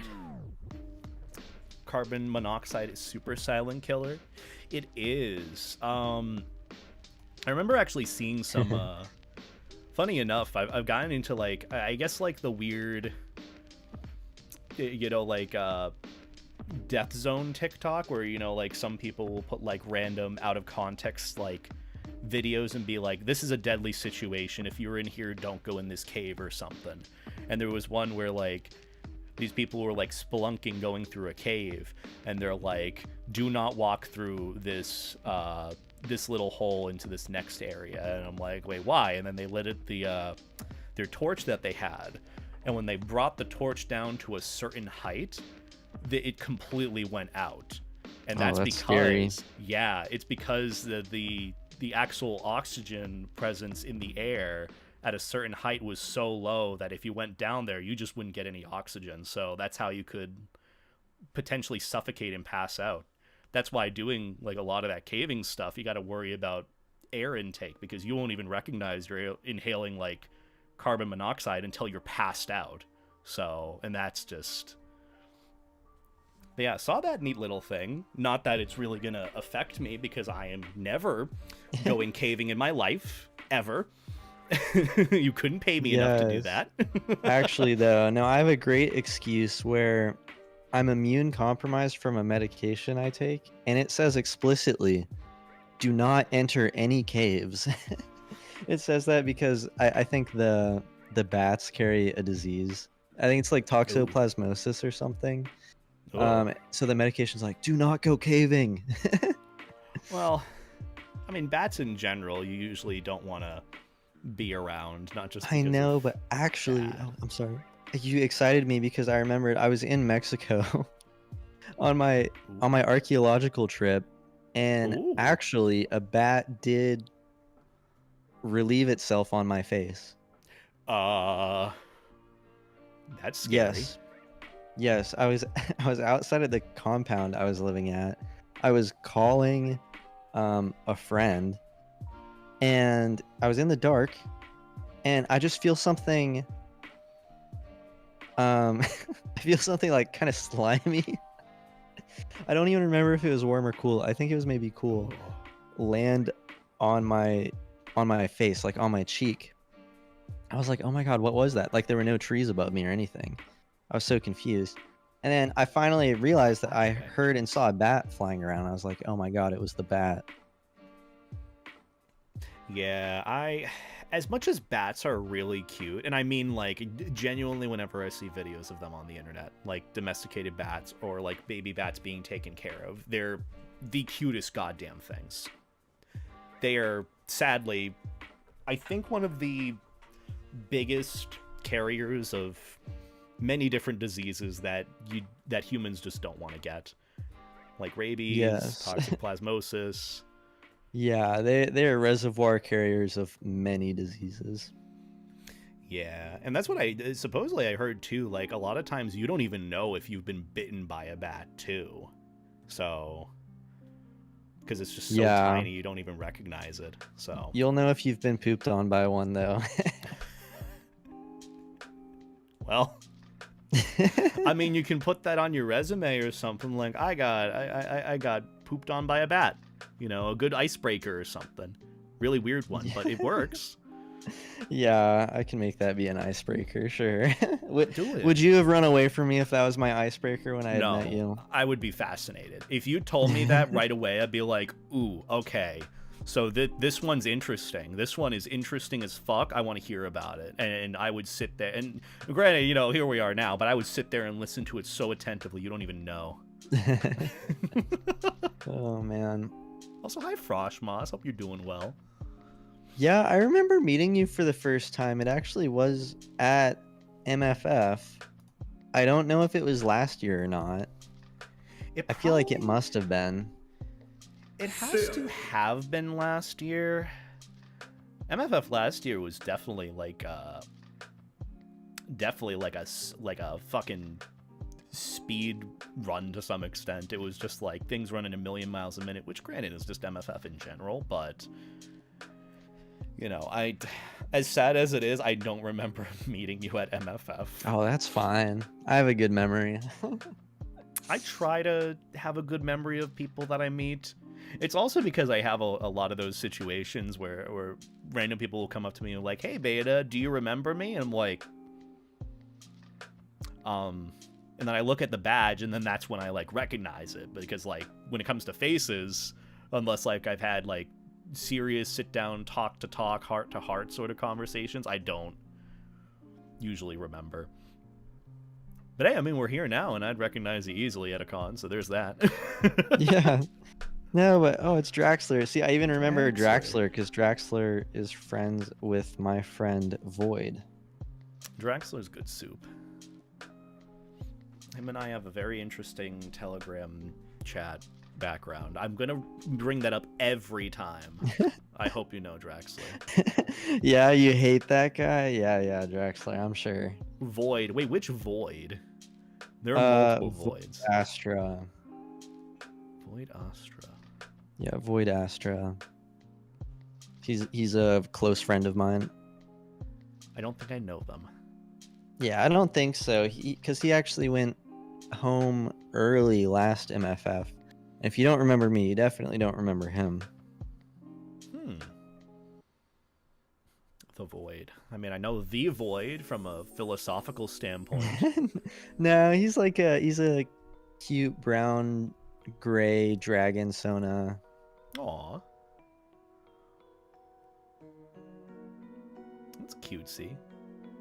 Is good soup from something specific or regional? Or so originally I heard it through my friend Alec, the Gator Yeen Gator Roo, who I want to be in his pouch, UwU sort of thing. But I remember like after A&E, he's like, Beta, you're good soup. I'm like, what does that mean? He's like, you're just good soup. And then I saw Kusalight's little emote of good soup, and then because I'm that type of person where if friends say a thing, I immediately just start saying it myself, without any sort of control for that matter. I just say it because it just picks up in my internal dialogue. And now that's the one thing you're going to hear me say for the next probably month and a half. Good soup. People are good soup. Yeah, I think it's just something our broader friend group says a lot. Yeah. It's a good little compliment. I know it's weird and off-putting, but like it's, you know, if a good soup is good, it really is good. Like think of like a really vitamin-rich ramen. Yeah, like, what's your favorite soup? Favorite soup in general? Yeah. I do like a good chicken and gnocchi soup. Like a good, like probably the best that I had was the sadly the Olive Garden chicken and gnocchi soup. That one's just That's good. Crazy. I need to make better soups, but every time I make soup, it's more just like a paste with pasta in it. Like I make the tortellini spinach sausage soup from like HelloFresh, and then it just ends up being more like a sauce on pasta rather than like soup. Italian wedding is also really good. Interesting. I think I'm probably gonna have to go Asian for my favorite soup. Ooh. Maybe something like beef noodle. I think that's a good soup. I'm mostly a soup hater, so it takes a real good soup for me to like it. Really? Does ramen count as soup per se? I know it's like brothy and you go for the noodles too, but like I'd say it does. I've had some really good ramen, like really life-changing ramen. Like it's worth the $20 price point. Yeah, how did it change your life? It's just very rarely do I have meals where after I'm done eating, I'm like, all right, I'm energized, I'm ready to go back to what I'm doing, let's take it all on. Most of the time, like, I want to just, like, curl up in a ball and sleep and, like, maybe watch TikTok or something. That's most of the time when I eat food. So whenever there is, like, some food that does energize me, it's almost always just, like, ramen. I don't know why. It's just the one that I had in Boston when I would visit often. I'd go and grab ramen, and it was just so, it was so worth it and so good. Gotcha. So, Man, Boston does have really good food. I miss it. I should bother Snowy and be like, all right, I'm coming up to visit. Please get ramen with me so I don't have to go alone. UwU. But I also don't mind going alone. UwU. Yeah. Something I'm very envious of, the good food. It's good, but I feel like it adds up quick and can get very expensive. Yeah, well, I'll say where I'm at, the food is just as expensive, but worse. Oh. Ooh, chili and gumbo? That sounds fucking amazing, Snibs. Oh. That's the thing. I feel like the South has some really good hidden gems for, like, soup that I just haven't had yet. I know New England has its, like, clam chowder, but, like, I'm gonna be honest. New England clam chowder is just... It's not as good as people say it is. Oh, yeah. I tried that for the first time when I was with Snowy, and I didn't really like that. It's... I get, like, the hearty nature of it, but, like... It just... Clam chowder, it's good. I prefer, like, lobster bisque, but even if I'm going with clam chowder, like, I went to... When I visited Seattle, I had Ivar's, which is, like, kind of... They're, like, staple chowder, clam chowder to get. And that was better than New England clam chowder. And that just, like... New England is known for clam chowder, so I'm like... You know, if Seattle does it better, then clearly there's something wrong here that I'm missing. So that's just been my approach with it. Good soup, just in general. Good soup. Like you. I'm good taco. You're a good taco? I don't think I've had any Mexican caldos. Mexican caldos? What are Mexican caldos? I think caldo just means soup, but I might be wrong. I think sopa is just soup, from what I remember from, like, middle school Spanish class. Now we're on the conversation of food, and then I'm gonna get hungry, and this is gonna be I know. I was awful. thinking, are we talking about this because you haven't eaten? Well, I have eaten. I was good today. Before stream, I put in a frozen pizza. I put in some leftover spring rolls, and I had some of those, and I'll have more probably later. But I'm doing better than I have, where I just comes like 10 p.m. Oh shit, forgot to eat today. Whoopsies. Not good, Beta. I can't do that. Can't be Not doing good. that. Look, I'll make sure to eat at MFF. I'm low key though. I don't know how you feel about it. I'm kind of excited for the food trucks to come back. That little poutine food truck was pretty good at MFF. It hit the spot at like 9-10 p.m. after like a little bit of tink-tinks, a little bit of weed, a little bit of drinking. No, I've actually never had the food truck foods at MFF. I typically go for a Wendy's angle. Ooh, wait, hold on. How about this? When MFF rolls around, if I'm feeling Wendy's, I'll let you know. If you're feeling Wendy's, you let me know. We can be like Wendy's buddies. We'll hook each other up. Okay, we can do that, but I'll say when I get hungry, I make sure I eat. I don't really wait on anyone at a con. And you know what? Fair enough. I am 100% on board for usually that. I don't like waiting either, so...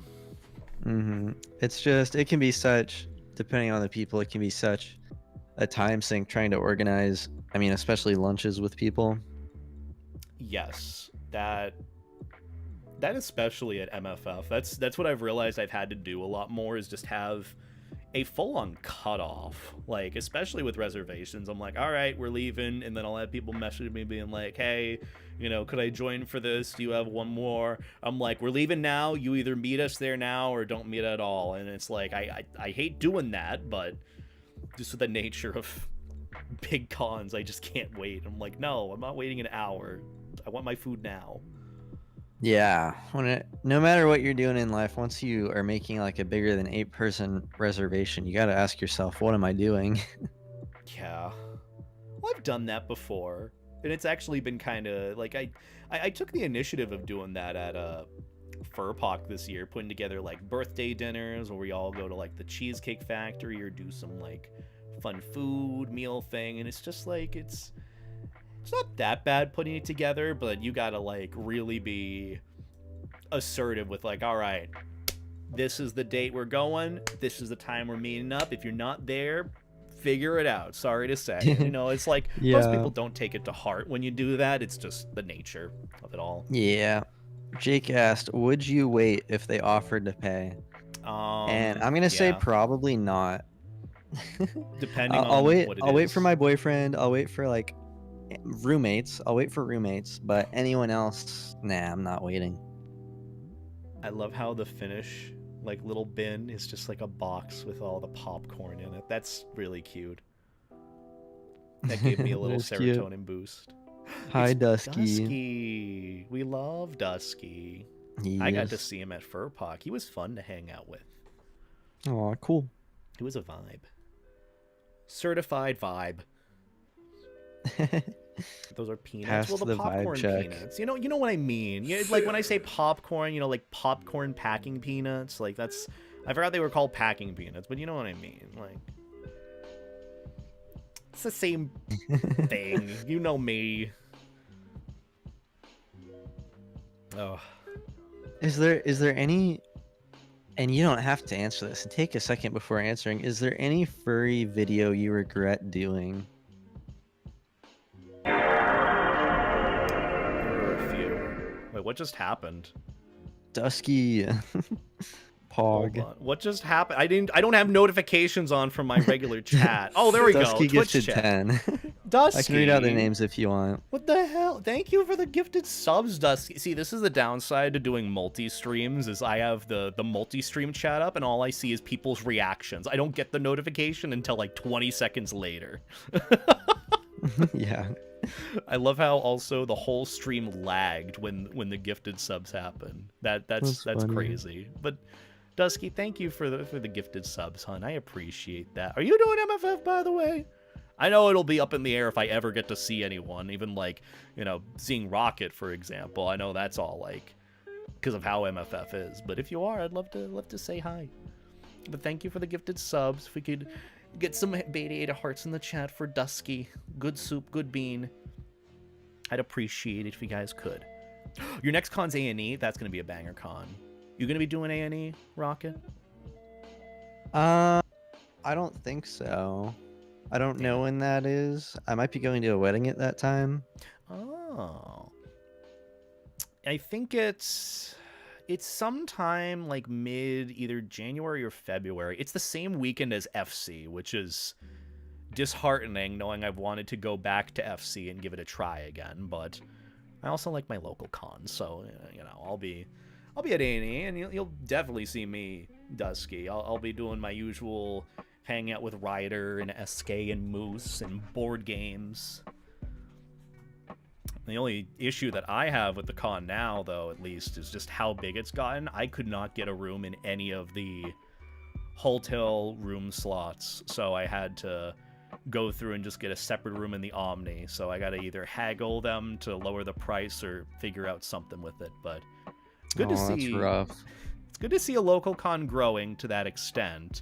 It's just, it's too big now. I couldn't get a room anywhere at A&E.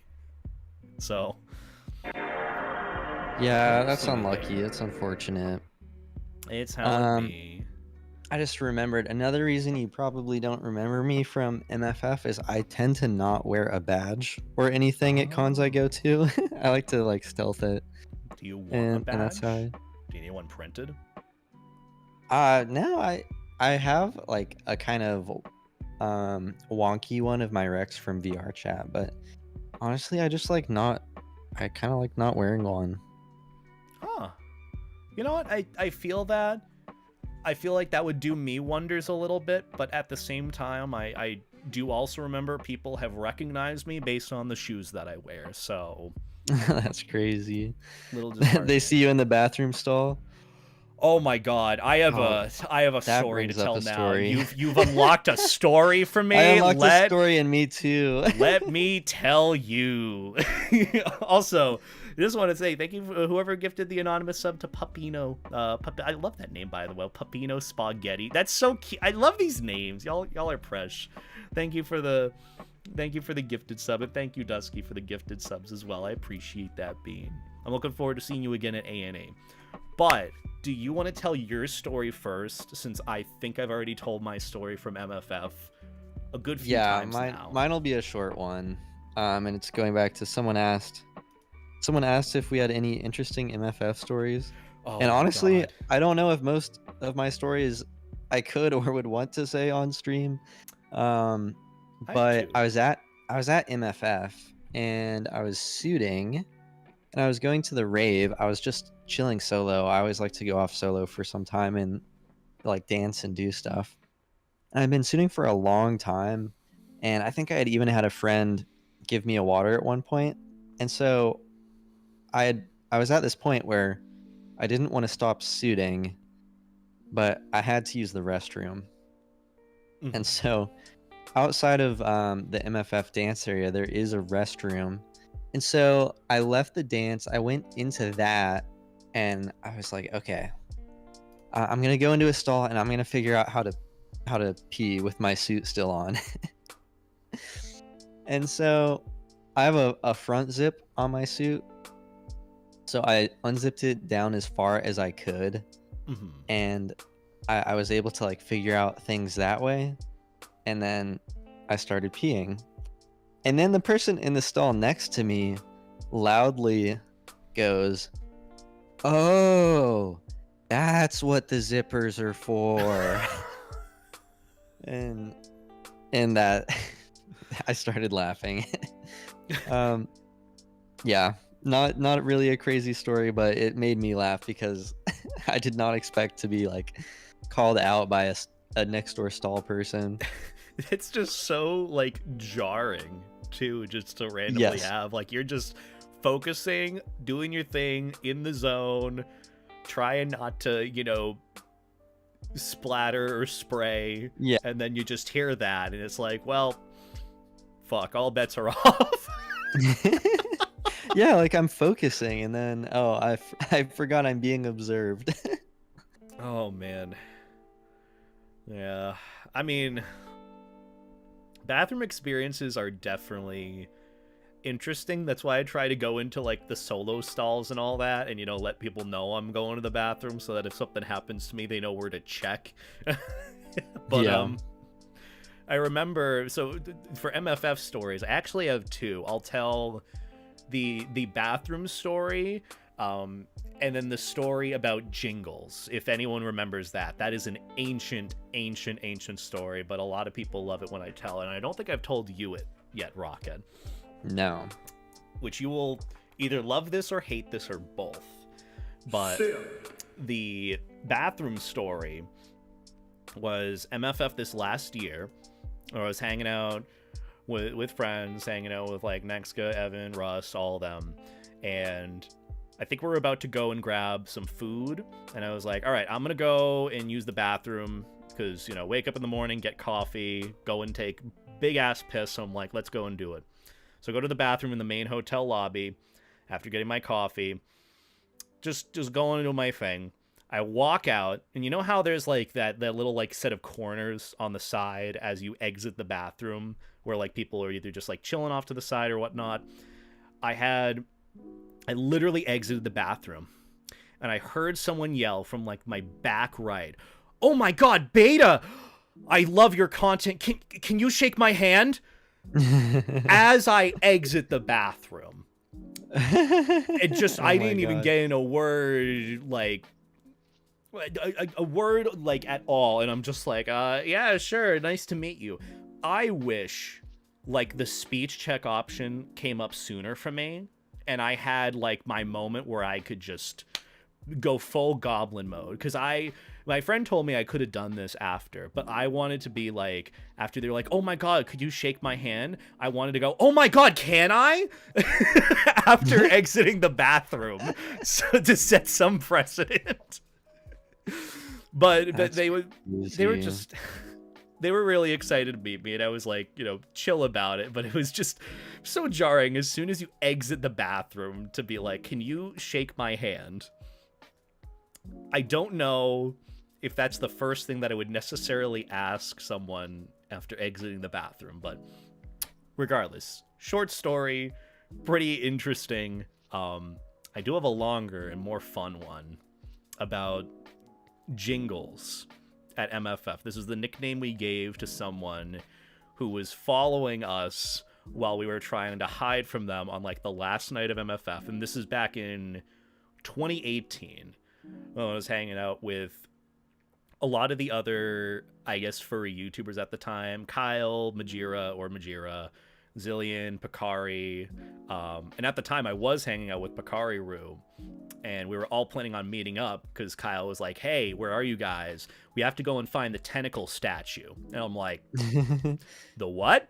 And he's like, hold on, I'll meet up with you guys. Where are you? And then we're like, we're in the basement area of MFF. So he like came and met us there. He's like, let's go to the tentacle statue. We have to find it.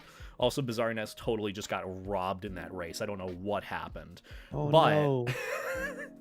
we were following around Kyle. He was like leading us around.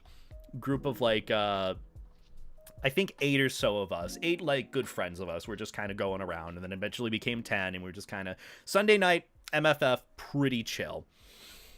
Eventually, we had a few what Pakari called gaggles join us, which are just fans who are looking to follow us around and join the group, but not really like asking, and just kind of following around for the sake of it. One of them was Jingles. And their whole thing that they were doing was they had a fursuit tail on them that had a bell on the end of it. So when we were constantly going around the con for like a good 20 minutes, you could constantly hear a bell following us. And it was very, very weird and very creepy, very foreboding. But we had like 3 people following us. One of them had some moment where they started crying, and so the other person was comforting them, so we kind of just went off. But Jingles continued to follow us, and we were kind of hinting like, okay, we kind of just want to hang out by ourselves. And then they audibly said aloud, oh, well, I want to hang out with you guys. If I hang out with the poppy furs, I'll be a poppy fur too. And I'm like, okay, well, okay, so this is one of those things. Gotcha. So got to a point where we found the tentacle statue, which is literally right under the elevators in the main hotel. Just the big tentacle hentai statue. It looked cool. But we had planned to go up to our room and fake that as like an excuse for us to break away from the person that was following us. We managed to, I guess, trick them to get into one of the elevators while the doors closed. And then we ran off and hid in one of the empty panel rooms in like the basement area of the con. And it was unlocked, so we just kind of stayed in there. We got like all the chairs together in a circle. We were chatting. We were doing like Never Have I Ever, hanging out. And every so often, while we were like hanging out, one of us would go like, shh, wait, do you hear that? And then we'd hear the sound of a bell getting closer and closer and closer. So like it's like fucking Michael Myers in a horror movie. We're like panicking. We're like trying to stay quiet. We're getting into like a little corner of like this big panel room, and we're just trying to keep it so that they don't find us. And like it'd get closer and closer, and then it'd go away. And then this happened like 3 or so times until a con staff member came by and was like, hey, you guys can't be here. And then we explained the situation, and as soon as we stepped out, Jingles was like following us around again. So we had like a staff member like try and help distract them while we all like kind of went off. But at that point we went to bed. But that was the little like mini story of Jingles, of this random person wanted to be a popufur, I guess, and you could just hear the foreboding jingling. Like I as much as I'm okay with like jingling on like bells or like on fursuits, like, you know, like deer fursuiters, they'll have like the harness bell. When one of my friends, Bella, ended up having for their deer fursuit, like a bell harness. They like surprised me with that, and that gave me like a little PTSD episode of like, Jesus Christ, just hearing that. Oh, that's scary. It is, and that's one of many, many, many con stories, but that is probably like the highlight con horror story experience I've had from MFF. So, back in 2018 too, nearly like over half a decade later. Yeah, wow. They have their own chase music like DVD. The best way to describe it for anyone that has played DVD is consider it like the Huntress's lullaby. Like that avid, like the hum that she makes when she gets closer and closer that you hear. It's like, oh, it's foreboding. So that's what I had to, I guess, deal with the jingling. It was just... It was funny in hindsight, but also like, oh god, in the moment. Yeah. That is scary. I do not get the Dead by Daylight reference, but I think I might try Dead by Daylight in the coming months for the first time. You should, if you do, let me know. I'll be happy to help and explain it. We have plenty of friends who have played it. I know Snowy has too, so... Yeah, it's like the furry game that I don't understand why it's a furry game. It's got a good, surprisingly good amount of people that play it still, despite it having many, many flaws and just the whole premise of it being a flawed game. It's still fun, and every so often, you are right, it's one of those games where you run into a lot of furries in it. Like, I remember a bunch of times I run into people who were literally like patrons of mine who were playing Killer, and they're like, oh hey Beta, I'm like, oh my god, you support me and I kind of bullied you with a flashlight as a survivor. I'm so sorry. I feel bad. But like, you know, that's just the nature of the game. Yeah, I think that game is actually the reason Snowy is a furry. Yeah, that's how he met SK through like a Yeah. random DBD lobby. It was really funny. I don't think I've told you either, but my whole like first impression of like Snowy was back when all of us played like Among Us, I guess every weekend during lockdown during the pandemic. Like Evan hosted a lot of these like Among Us nights. I think like Kyle played a little bit, and I'm like, I'd love to be in on this if you guys are gonna end up doing it. And he's like, oh sweet, I'll invite you. And then I'd be in like the Discord call with like 10 other people, and then like Russ would be there with his little like Bears icon, and then Snowy would be there with his like cowboy hat icon, and I'm like, oh, who are Russ and Snowy? And then they like say hi and be really sweet. I'm like, wow, Russ and Snowy are really cool. I don't know if I'm cool enough like them, but hope I get to meet them someday. And then like lo and behold, they're like some of my best friends now. But it's like, it's just like that first impression of like, oh, they're like so cool and sweet. I hope to be cool like them one day. And then like I meet them and they're super sweet and chill, and just that's always fun. Aww. Meeting them through that. That's sweet. Games bring people together. Yeah. Oh. But yeah, DBD, I both recommend it and I don't.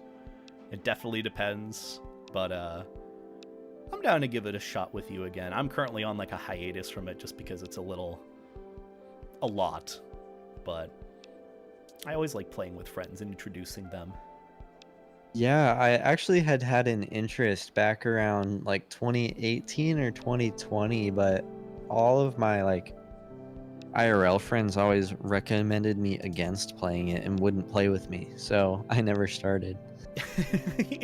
I think the best way to describe DBD is kind of like Stockholm Syndrome, in the way of like, you have some really good games, but also just by nature of it, you'll just have a really, really bad game. Like, the killer will make sure one of you just isn't allowed to play the game. They'll tunnel you, which is a whole other concept that, you know, is new and unfamiliar, but you'll understand when you see it.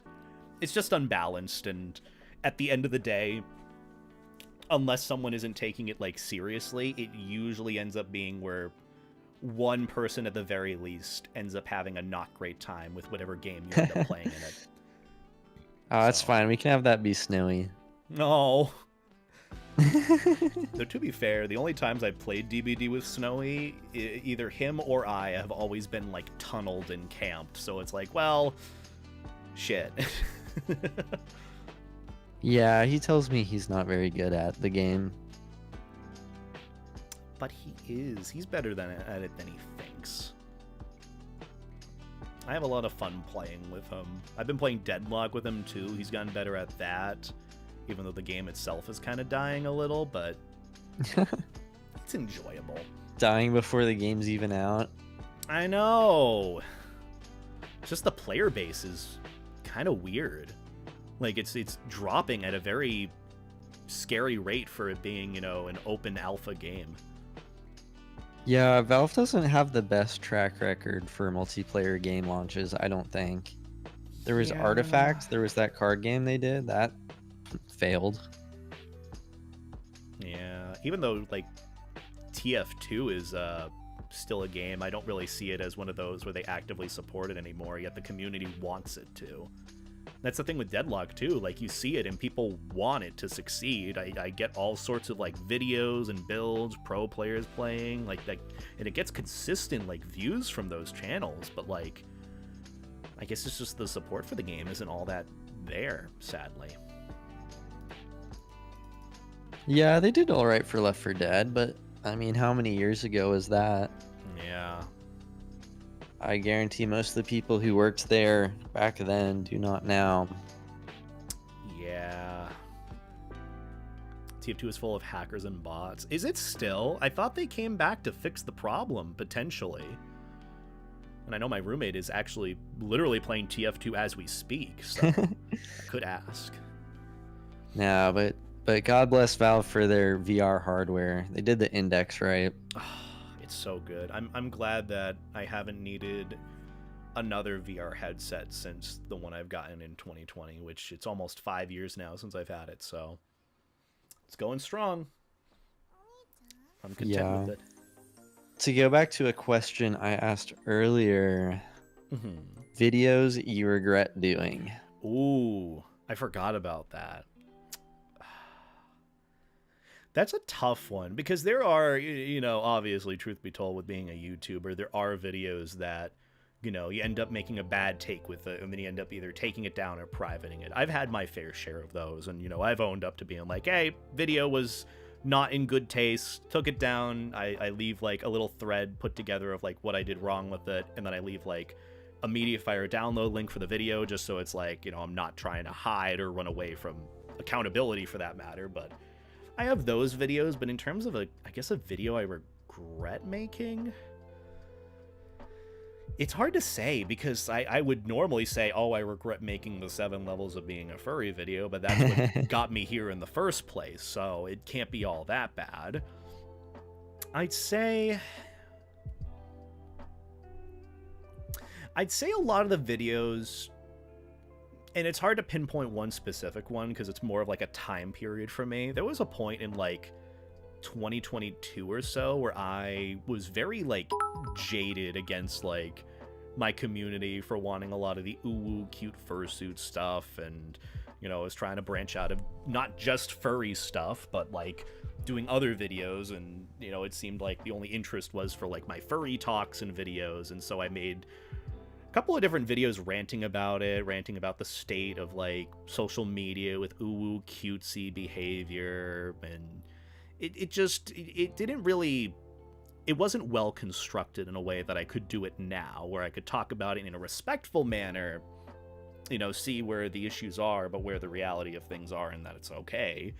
But it just came off as very abrasive and not fun to be around when I look back at a lot of those. A lot of them were like stream highlight videos too, where I just rant on stream, edit that down into a video and call it a day. So I'd say that's where like the rough period of like videos I'd say that I regret doing per se. Gotcha. That makes sense. Yeah. I think it's really good that you reflect on any mistakes you've made and leave threads about stuff you feel like you got wrong. Oh yeah. Like that's the thing I see a lot happen too with many different peers, both in and out of furry. Like, I've been through different communities on YouTube. I know different like faces and people from like very big, you know, named creators, not just in the furry sphere, to like people I used to chill or talk to back when I did commentary videos. And you kind of get adjust and see how people really handle any backfire, any situation where they're being critiqued or criticized or canceled per se. And I've always wanted to take it as like not someone who, I guess, apologizes and tries to fix the mistakes that they made for the sake of that they're being canceled, but more so that like, oh, I see how this is affecting people, and this was my thought process at the time and how it was wrong and how I can like do better with it. So, you know, whenever I do like make a mistake like that, I just try to be cognizant of it and do what I can to either fix it or prevent something like that from happening in the future. And that's all you can really do. So, you know. Are there any videos that you did that either weren't well received or they weren't popular and you wish they would have been? Some of those are kind of tough to pinpoint because those are like two different things too, of like videos that weren't well received. I ended up actually doing a video semi recently about just the overall perception of furries, in the sense of that, in terms of taking opinions from, say for example, like Keemstar or something, someone who isn't too privy of furries. You know, I kind of made the pinpoint lesson that you shouldn't really strive to please people like that in terms of like the furry image.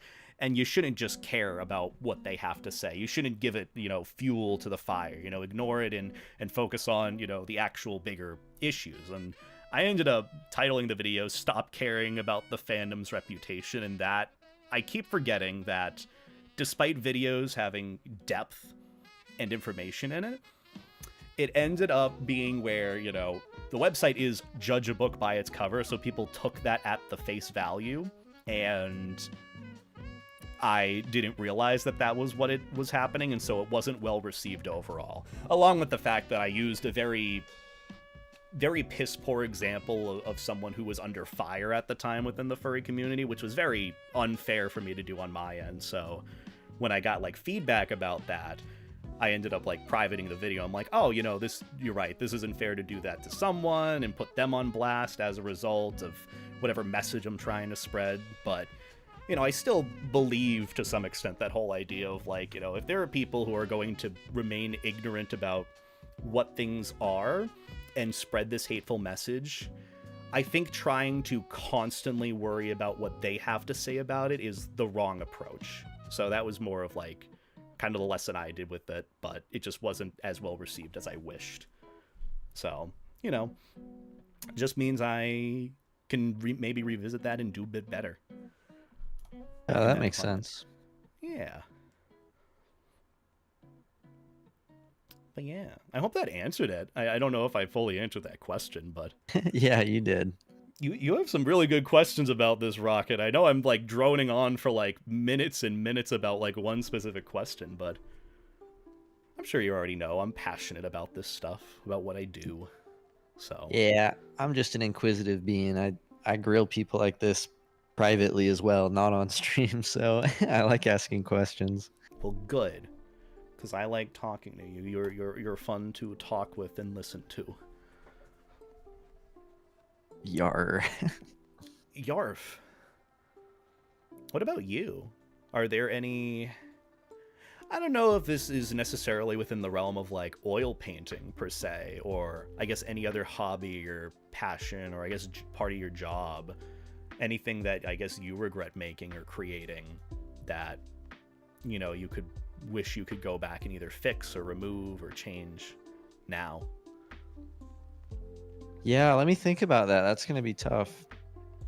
I know it is tough to do because you're also your own... Everyone is their own worst critic to some extent with anything they make, especially in the artistry department. I guess there's one thing that I think was unfortunate, but I wouldn't say it's really a regret because I tried to do everything I could to fix it.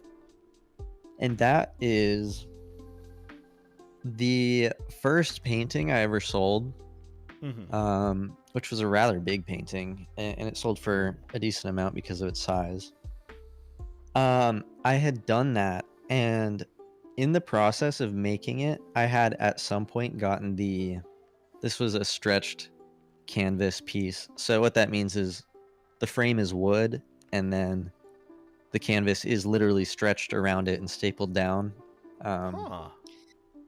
I had gotten the frame wet, and that had caused some of the wood to warp. Oh. Yeah, and so it wouldn't quite hang flat or evenly. And I honestly didn't even think the piece was going to sell. I had priced it to not sell, but it did end up selling. And then I had the issue of, well, I had to fix the painting so that it would lie flat. And so I went through all the effort of removing the canvas from the frame and stretching it onto a new frame, which is a very labor intensive process. It is not fun to do. Because I'd say there's about 100 or more staples that have to be put in while the canvas is kept taut, and you have to do it in a certain order. It's kind of like changing a tire, but a lot more strenuous. And I did that, and even after that, the painting was still a little bit warped. The frame still wasn't fully flat. And so, yeah, I'm a bit ashamed about that, how someone bought it and I still couldn't quite get it to hang perfectly flat. So I don't know if that's something that bothers them. I'm not in touch with the buyer at this point, but I really did try my best to fix it, but just wasn't fixable fully. Damn. That's entirely, something to worry about and be concerned about with just wanting to sell something like that, especially. But, like you said, you did your best with it. Yeah. I don't know if it's one of those things that you can, I guess... Is that, like, the whole thing with it? Is there any way of, like, improving on that in the future with, like, how the wood will, morph in ways? So there are some things. One is not getting the frame wet, which is something I don't do anymore. I was kind of experimenting with process, and it was something involving spray paint, actually, that involved the use of water to get a certain texture effect. But honestly, a lot of the frames you get from art stores,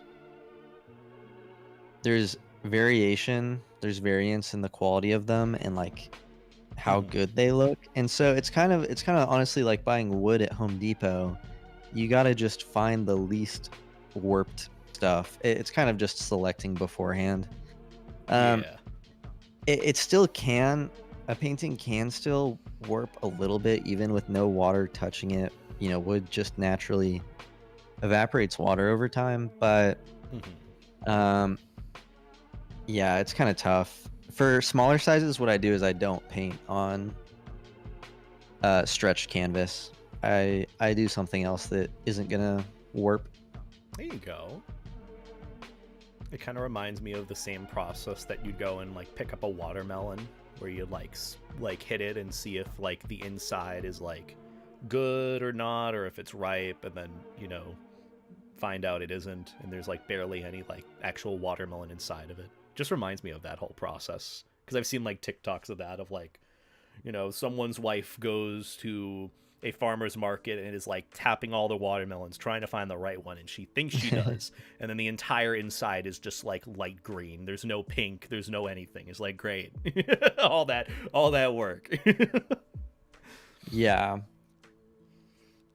but yeah, even there's this not really stretched canvas, but I started a personal piece recently, and after I finished the first layer, it warped a ton. And I'm looking at it right now, actually, and I'm like, well, I don't know if I want to finish it or not, but also it's a personal piece, so it doesn't really matter how warped it is.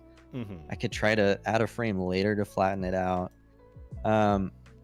It's just, it just kind of happens because when you use oil paint, sometimes you use mediums like solvents that cause evaporation to happen, and uneven evaporation is what causes warping. Yeah. Also, thank you, Exac, for the 2-month resub. I appreciate that lot. Sorry I didn't say so sooner. But if we could get some life jackets and beta 8 hearts in the chat, I'd appreciate it. Also, to clarify about the sub goal thing, it's me, you know, reading over a visual novel at some point, which will actually be part of a video that I'm doing at some point, so that's fun. Ooh, visual novel. Yeah. I kind of want to play Echo on stream or something like that. That sounds kind of fun, honestly. Doing some, like, I guess a little bit of impromptu voice acting for it. Granted, I don't know if there is voice acting already in the visual novel. Yeah, I think that'd be fun. Yeah. I know one of my old friends who used to go by Foofy, but they go by Fluffy Sasha now. They used to do live streams on YouTube where they would do like group read-throughs of I think it's called House Pets, that little comic by Rick Griffin. And it was really cute. I think I actually was a part of like one or two, but they used to do something like that, and I think there actually is, you know, believe it or not, a little bit of, I guess, a market for that if that's something you were looking to get into, which I would totally be down to help, you know, read stuff like that if you need that. Yeah, it's in the like preconception phase where I'm not even planning anything. I'm just thinking about it, but I think it'd be a lot of fun to like do voices for something like that and just read it for chat. It's actually funny too. I've thought about doing that, especially for which I don't know if I'd be able to do that on stream, but I actually voice act for one furry visual novel called Chord Progression. I haven't done like too many lines with it, but I found that it's kind of a neat little side thing that I want to try pursuing, like not just voice acting, but like voicing over characters for like comic readings, visual novels. Like I feel like in the furry department it's especially available. It just comes down to either doing it or just finding the availability. But you know, if you do anything like that, do let me know. And I'm thinking about doing that on my end at some point, so I'll let you know if you're interested too. Yeah, sure. But yeah, the whole visual novel thing, chat, goal thing isn't I'm going to write a visual novel or make one. It's I will try to read through one on stream or do a video on one, which is kind of the end goal. That would be cursed. A beta written visual novel. Oh my god, I am horrible at writing stories and progression of it. I can write papers and thesis. To some extent, what I do for videos is a lot of video essays, even if they're disorganized. But storytelling isn't really my forte. Getting better at it slowly, I think. No, it's not. Isn't that what most of your YouTube is, like at its essence? In its essence. But then again, a lot of it is, you know, cut out, and you know, a lot of that isn't put in the final product. Like, even to put into perspective, some like 8 to 9 minute videos come from like 1 hour to 2 hour long like recording sessions, just because I either yap on or I don't really have the flow, because I could just go on for hours. That's actually crazy. It is. Like 2 hours down to like 10 minutes.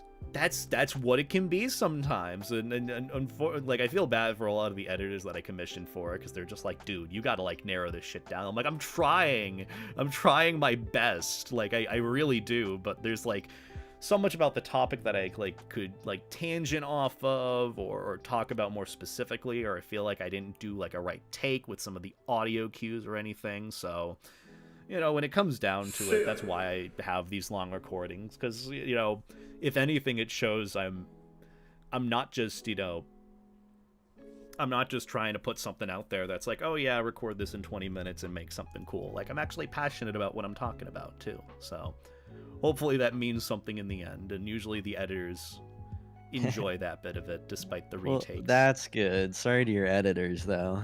Yeah. Yeah. Oh. That's why the whole, I guess, live streaming portion of content creation and even furry content creation is very, very different for me. At least with getting, like, a grasp of it and really figuring out what it is that, one, I want to do, and two, having a good constant flow. That's why I'm sporadic with streaming. Yeah, that's interesting. You know, I was reflecting out loud to a friend before I started streaming. Really? And yeah, it was a friend from college who knows me pretty well.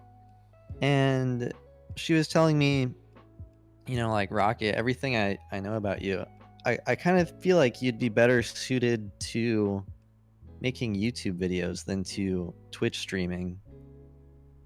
And I kind of feel like she's right.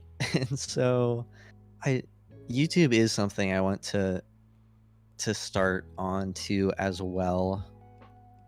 Well, let me know when you do, because I would love to help with that. Because I'm starting to get some plans for my stream where I'm honestly going to be like scripting out most of it and stuff, and I'm just thinking, well, a lot of this is kind of suited for, I mean, if I'm going to be preparing stuff and like having a kind of tight plan for stuff, I also want to put that on YouTube as well. No, definitely. I mean, if you're planning it at that point, I get the idea of like wanting to plan out like a stream and some of like the little tidbit things that you mention. And usually that comes down to like a little bullet point list of things that I want to mention or talk about on stream, and then I just go off tangent from it, which is actually kind of what I try to keep in mind with a lot of what I do for videos, so I'm not just like feeling like it needs to be formulaic.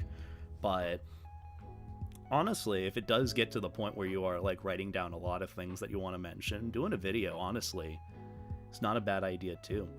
That's why I've also been like pestering Snowy of like, okay, please let me know when you do the YouTube thing. I want to help. It's like, also, like, even truth be told about YouTube, as much as I like am gonna be probably doing videos for the rest of my life because that's just what I love, I kind of like the aspect of doing some sort of, what is it called, like not like classes, but give like critiques or specialized advice for people wanting to start. Like, say all of a sudden you're like, Beta, I want to start doing fashion videos on YouTube.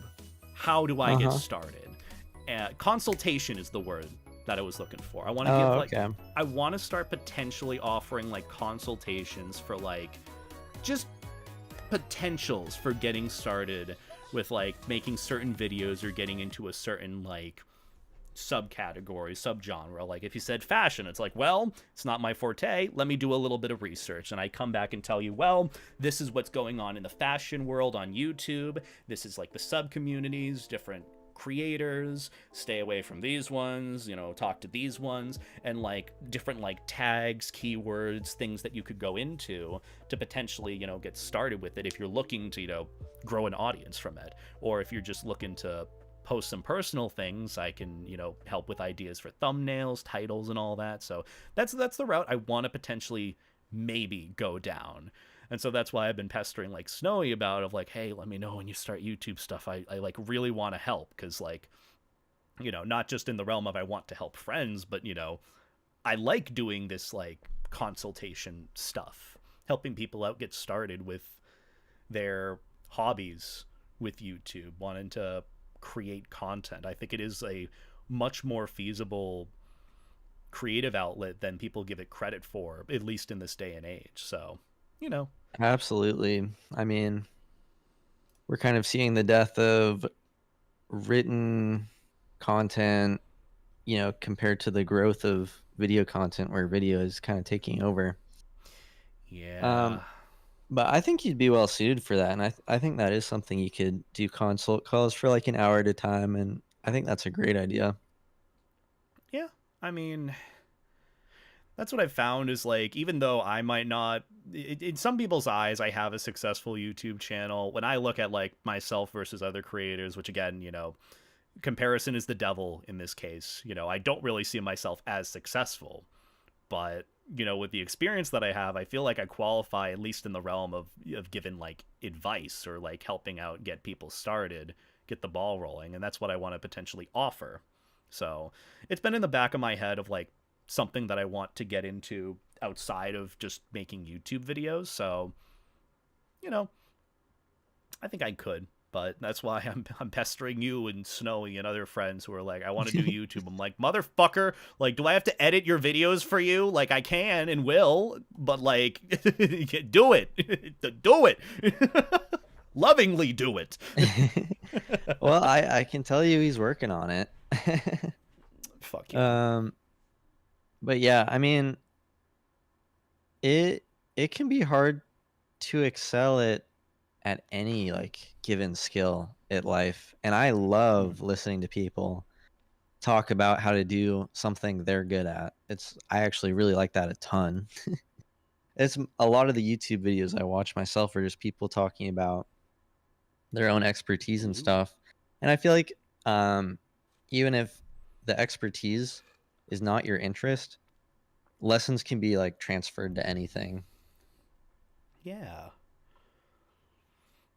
That's the way I see it. I like that. That's like I think when I recognized I was potentially good at this consultation stuff, like giving advice for YouTube, is after my TFF panel when I was the GOH at TFF for 2022.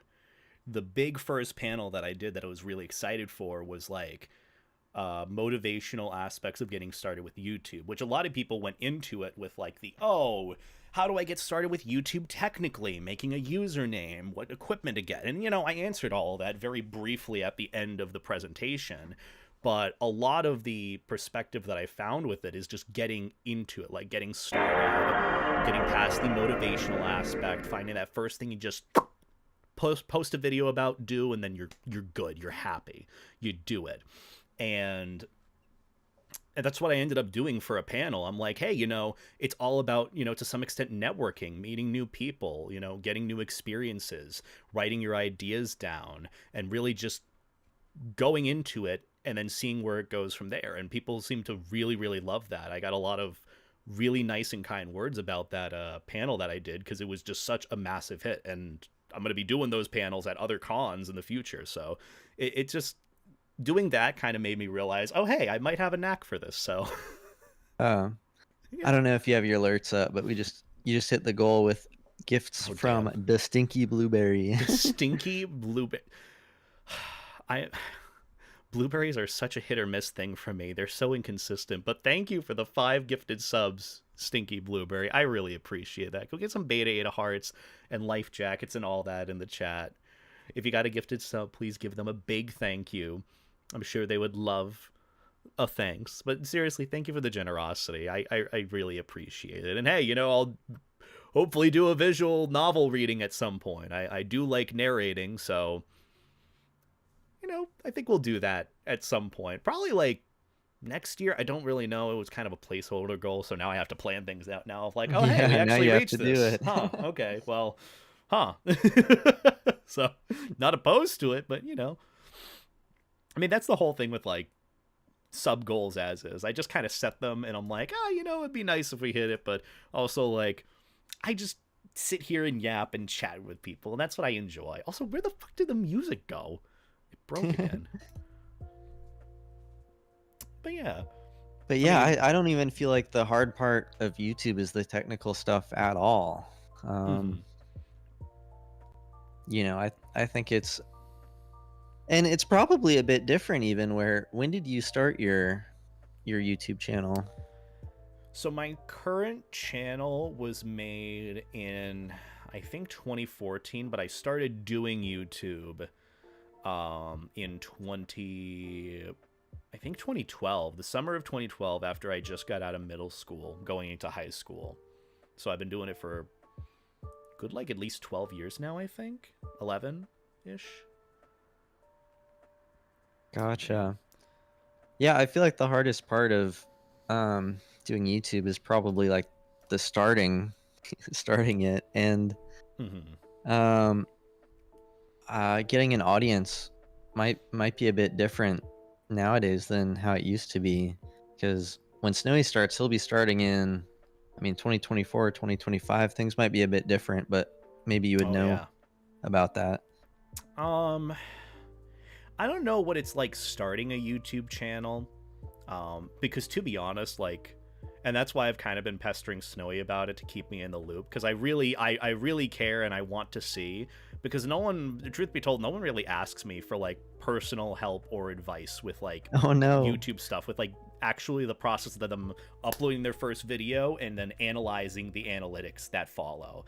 Like, the only thing that I know about even starting like any sort of video upload or anything is like the whole tall tale about back when like TikTok was first a thing. The first 10 TikToks you uploaded were the most important, because they were the ones that were pushed to the algorithm more, recommended more. But I don't know what that's like for YouTube at all. I know it's a much more oversaturated market in every little department you go into, especially streaming, stream highlights stuff. So it just kind of comes down to what I've learned is it's like taking like 3-pointer shots, like at like in basketball. When you are just doing it, you can try and aim and try to hit it. You can do the best you can, but it won't happen unless you take those shots. And for some people, it's easier to just keep like throwing balls in that general direction and hoping that you hit a basket with, you know, a banger video that does well in the algorithm. But sometimes, you know, it just naturally might not happen. And so it doesn't hurt just to like keep posting videos, which is the approach some people take.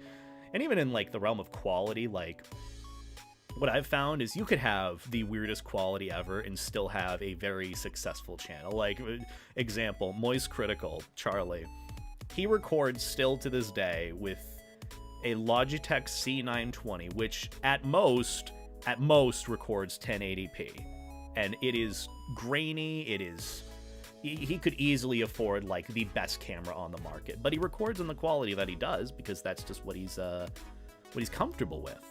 So, realistically, when it comes to the quality, like, don't worry about it starting out. Just kind of have fun unapologetically with what you enjoy. And that's really, you know, getting into it. That's always what I suggest. Yeah. With you and Snowy. Just have fun with it. That makes sense. I feel like with most things, like for any skill, I feel like and maybe this is misguided, at least 80% of people are good at it just because they continually did it. As opposed to, I think there's fewer people who are like very cerebral, very like planning and plotting, and taking fewer shots. I think it's a lot more common to just succeed by trying a lot. Yeah, that's kind of what it comes down to, and that's the approach that I've taken with a lot of skills that I've wanted to hone in on. Like, even within the realm of YouTube videos and video making, I know jack shit about videography. I didn't even know about the rule of thirds until like 8 years later when I was doing videos and thumbnails. And even to this day, I don't even know how to make like a good like con vlog, a documentary, or like one of those high quality videos that's like kind of a deep dive. Like you see all these other YouTubers doing like like the ghost kitchen video. That is like high effort, high quality. Still don't know how to do that, but I'm like, well, just because I'm not able to do it now doesn't mean I can't learn through trial and error. So like I have many plans in the future with like events that I'm going to be going to where I want to film the whole thing and do a stylized video kind of like that. It's one of those where you don't know if you can get better at it till you try. And sometimes you can brute force it if you really just enjoy what you're doing at the end of the day. So yeah.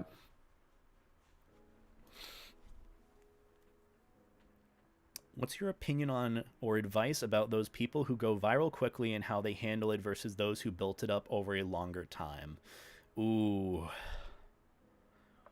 Oh, the whole aspect of virality is rough. Do you have something to say about it? I was just going to say quickly, I think it's more skillful if you can grab onto a quick viral moment. I think that's harder because most people aren't prepared for that. You know, the people who built it up over a longer time, they're actively trying all the time. Versus like Hawktua, like wow, she really grabbed onto that really hard. Good job. That needs to be studied. I think a lot of like business people are looking at that in terms of marketing and advertisement and just figuring out what the fuck happened and how can we have that happen for us, because it is one of those like 1 in a million things happen. She could have very well have come and gone within like a week. The meme could have been over, but she's still going. She has a podcast. She has deals. People like actively listen to her because she's become not just like the Hawktua girl in terms of the meme, but she has like a presence. She's still active, and she's still, as much as it might be questionable how she's handling it, I think she's handling it pretty well from the business standpoint. You know? Yeah. Like, if I were to go viral tomorrow, either as a furry or not as a furry, you know, for my art or not for my art, I would not be able to like capitalize on that at all, or like build out a larger business from that quickly at all. Yeah, it is.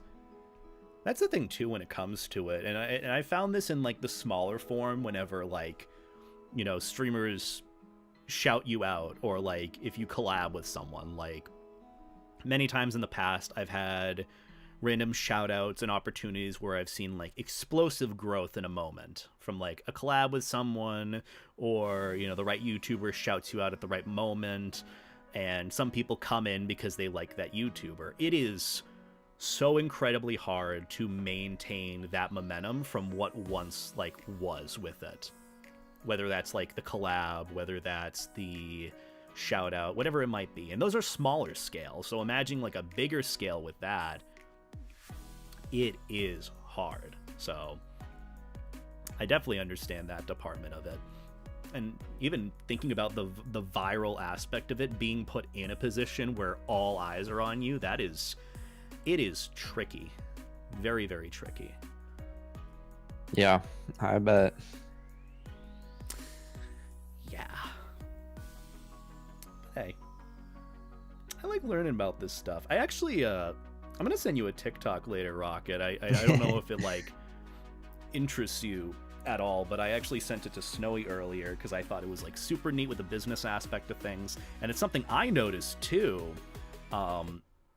There was just a random business TikTok that showed up on my feed where some guy was giving a talk about how Chili's, like the restaurant Chili's, managed to pull it the fuck back in Q4 of this year with a like 40% revenue increase. And the reason why that happened was all because of one random TikToker who did like an ASMR TikTok eating their like triple dipper mozzarella stick stuff. It was, they didn't pay anything. They didn't try to advertise to her. It was natural creativity put out there that ended up resulting in this massive like growth for the company, for Chili's. Like even I noticed it, like, oh yeah, I remember Chili's as a kid, and then I go back and try it again. I'm like, whoa, this is actually like really good. What the fuck? And then, you know, that gets more people talking and wanting to try it, and here we are. So it's like, it's fascinating to see stuff like that happen. Like I'm naturally like, I feel like if I didn't go into engineering, I would have gone into business in school, just because looking at that is so fascinating. Like how how like you see all these companies, even like Coke, for example, doing like fucking AI generated advertisements, or like really spending millions of dollars trying to pander and trying to get more sales, when like some companies don't even have to do that. They just kind of have to exist with what they have, and then boom, someone just comes right up and they have a sale increase or revenue increase. It's really just, it's neat. I like this stuff. Yeah, no, it's interesting to hear about for sure. I even today I heard about a funny advertising case where oh gosh, I might forget which company it was, but I think it was Burger King, Ooh. and this was a few years ago. They would come on Twitch and they would do the $5 TTS to advertise like their menu items. Oh. Yeah, and so I think that created a bit of outrage because streamers were really upset about like companies using TTS to advertise without like permission. But I thought that was pretty funny. Like they're getting a great deal there. Yeah, I mean, advertising is definitely dependent on however you, I guess, see it. And sometimes it works for people, sometimes it doesn't. But I do agree with you. It is just fascinating to see how some companies do it and some don't. And then it's like, oh, hey, they get this massive growth compared to like this absolutely try-hard advertisement that millions of dollars went into that might not have changed anything. Yeah. This has been a fun talk. It has. Multiple different talks. Yeah, it has been. I've enjoyed my time. Well, I am gonna have to go now because I did not finish work for my job yet. And I mean, I probably about, if I had to guess, 2 more hours of work to do. So, Oh, I'm sorry, Rocket. Well, I hope you get it done so you can relax a little this weekend. yeah, I'll get it done. But thank you so much for having me. Of course. Thanks for hanging out. I appreciate you coming on and chatting with me. I really loved this talk. Yeah. It was fun. Yeah. I like talking about art stuff too. Yes, I'm glad that chat wanted to ask all sorts of questions about that. I mean, they kind of naturally did when you said you did oil painting and all that. So they're like, "Ooh, artist man, tell us your wisdom." But yeah. All right. Good rest of your weekend, Rocket, and safe travels this next weekend to Thanksgiving, mister. Thank you. I will have safe travels. I'm sure Snowy will have issues with his flight, but not me. Oh, it's bound to happen. He's flying out of Boston, so that place is not a good place. But yeah. Thanks for having me on. I'm glad I won at Marbles one time at least. You did. It's been some weird races, so it's all RNG. Yeah. All right. Bye-bye. Bye, Rocket. Rocket is such good soup. He's good bean. Could we get a shout out for Rocket in chat again? By the way, lovely bean. I know he's gonna be on hiatus for a little bit with streaming, but if you could do me a favor, go and check him out, drop him a follow, show him some love and support when he does go live again. I'm sure he would appreciate that too. And he's got some wonderful talks like what we just had today. It genuine. That's why I'm glad that he joined me on stream today, because he's good soup. We have both like good synchronization with our talks and our interests, so we could just drone on for hours. But go and check them out. If you like what I had to talk about today or what you heard, you'll absolutely love their streams. I always have them on in the back while I'm just like working and scripting videos. So yeah, go and show love and support to Rocket. He good soup. But on our end, I'll still be streaming for a little bit longer. I'll still be chatting with you guys, because honestly, I'm really enjoying this talk. I think you asked a question about like virality that I could probably answer, and I feel like I haven't properly answered many questions in chat, and I've kind of neglected you guys a bit. So if you have anything to say or anything you want me to answer, I'm happy to assist.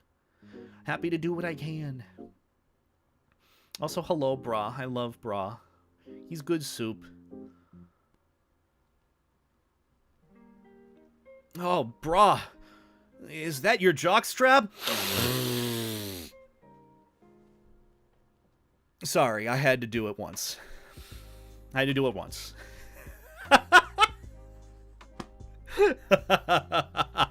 Bruh, no, honey, please. What do you mean you're unfollowing? You love it here. You love this energy. What are you talking about? No, don't leave. I have abandonment issues. Can people join your VC on Discord? I just kind of have it open to friends at the moment. I'm probably going to leave the Discord call on my end just because, you know. But, yeah, I just ended up inviting Rocky because I know he's been looking to chat and hang with me, and I wanted to catch up with him. So, you know, but I'm probably going to expand that channel a little bit more in the future to have friends on. Brah, literally, they'll send you an invite, brah. I can send you an invite for next time. I'm actually going to be utilizing it a bit more because, what is it? For my birthday stream, I want to have people on. No, don't, brah, I'll literally just send you. You are a friend. You have friend privileges. I will send you an invite and give you the friend role. So you can join the Gooner Sesh. What is the name of the call that I had? The Goon Room. There you go. The Goon Room. Perfect. There's the Goon Room. But yeah, you know, don't worry about it. You don't need to become a patron for that. I mean, you guys can if you want to speed run to the Discord server. I know I do a whole trickle in system with that at the moment, and I'll probably put out some sort of I'll probably put in a few invites out and whatnot for anyone who wants to join tonight. But again, keep in mind, I do keep it 18 plus and all that. 18 plus, safe for work. Just because 18 plus community. Snibbles, what the? Snibs? Thank you for the 10 gifted subs, hon. I greatly appreciate that a lot. Can we get some life jackets and beta 8 hearts in the chat for Snibs? The goodest soup, goodest dad of the stream. I appreciate it lots, and I hope you're having a good weekend. I hope you're doing well. I know you've been working hard, and I also know you've been helping me a little bit with my PC stuff, so, like, thank you for that, for the help with, like, picking PC parts and all that. I think I've narrowed down the list of what I am going to be getting with it, but I've just been honestly keeping an eye on prices to see when they go up and down so I can get the right PC that I need, so, you know, working on it. Getting Ren Fair plans. Ooh, I hope you have a good time at that. I haven't been to a Renaissance Fair in forever. Seriously, I hope you have a good time, because last time I went, I had a really good time, though granted I was a kid at the time. I would love to go as an adult, because I feel like, you know, going and getting some, like, ale or drinks there, it seems like fun. I feel like going to a Renaissance Fair as an adult is a much different experience than going as a kid. Or going as someone who, you know, can't drink or party or doesn't have the same vibes as, like, adults. So, you know what? I'm probably gonna take that into account and give that a shot. Mind playing some classical music in the background of the stream? I would, but because we're streaming on YouTube, you know, copyright is very much a big thing, so that's why I've been going with the royalty-free walking dog music that, you know, we go through with courtesy of the walking dog. Not sponsored, but, you know.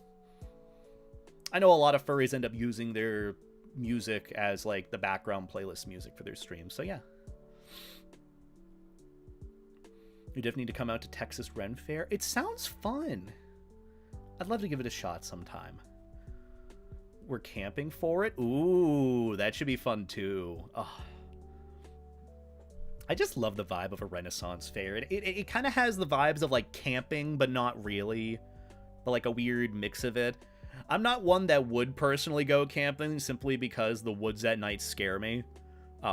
Even though I don't think there's anything paranormal in it. It's just one of those things where you don't know what's looking back at you. It's the void. The void stares back. But yeah, let's get this race started. Honestly, I've had such a fun stream today with you guys. Thank you all so much for hanging out with me. I'm not ending, of course, but, you know, just want you to know I appreciate it. I appreciate y'all stopping by. I know I really haven't done much either besides yap, yap, yap, but I just have a good time doing it. I have a really great time doing it.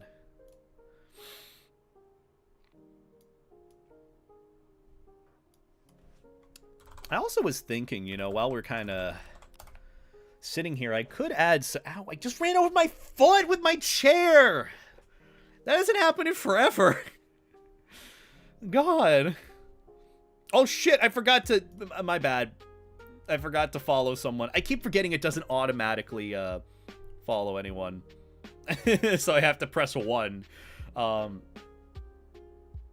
But I was thinking of adding some of those extra fan art pieces that I haven't yet to the showcase. So maybe I might open Photoshop at some time tonight, or maybe not.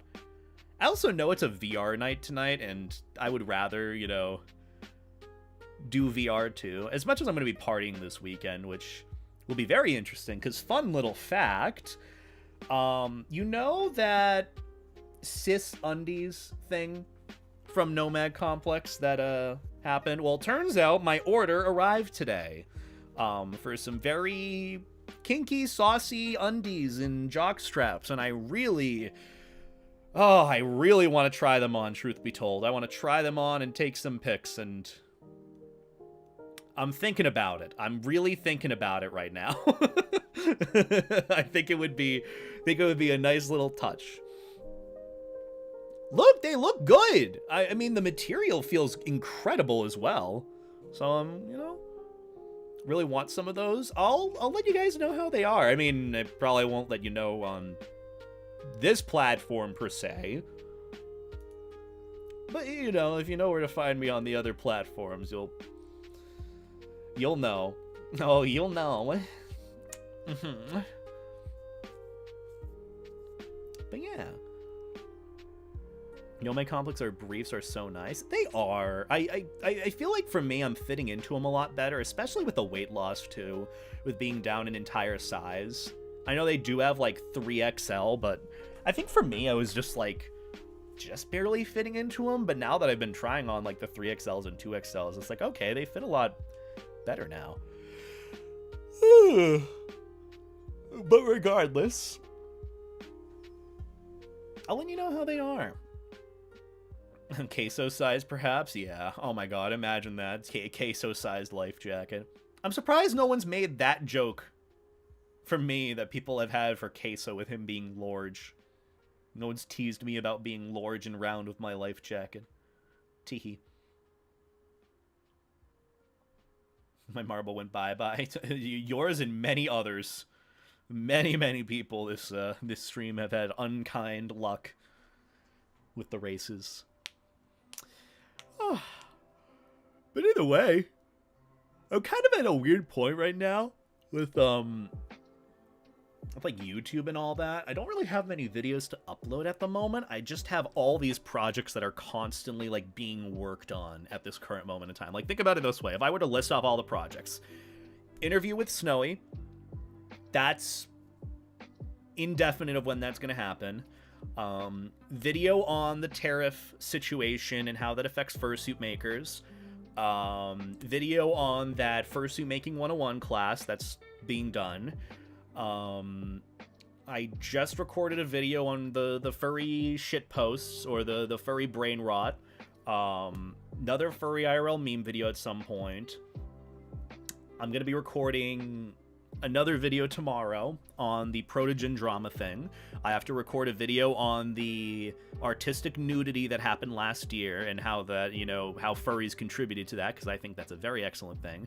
Got to do a video on the CSI Furry episode, which that should be easy. So that's like 8 videos right now that haven't even released yet that are almost in the works. Like 4 to 5 of them are being currently edited. So, oh, and that's not including the puphood drama video that another friend is working on for me. So it's like, yeah, I have at least 5 projects that are being edited currently, and unfortunately, they're just not finished yet. So, you know, I know it might be a little bit slow on, you know, YouTube with what I have uploading, but trust me, they're being worked on. A lot is being worked on.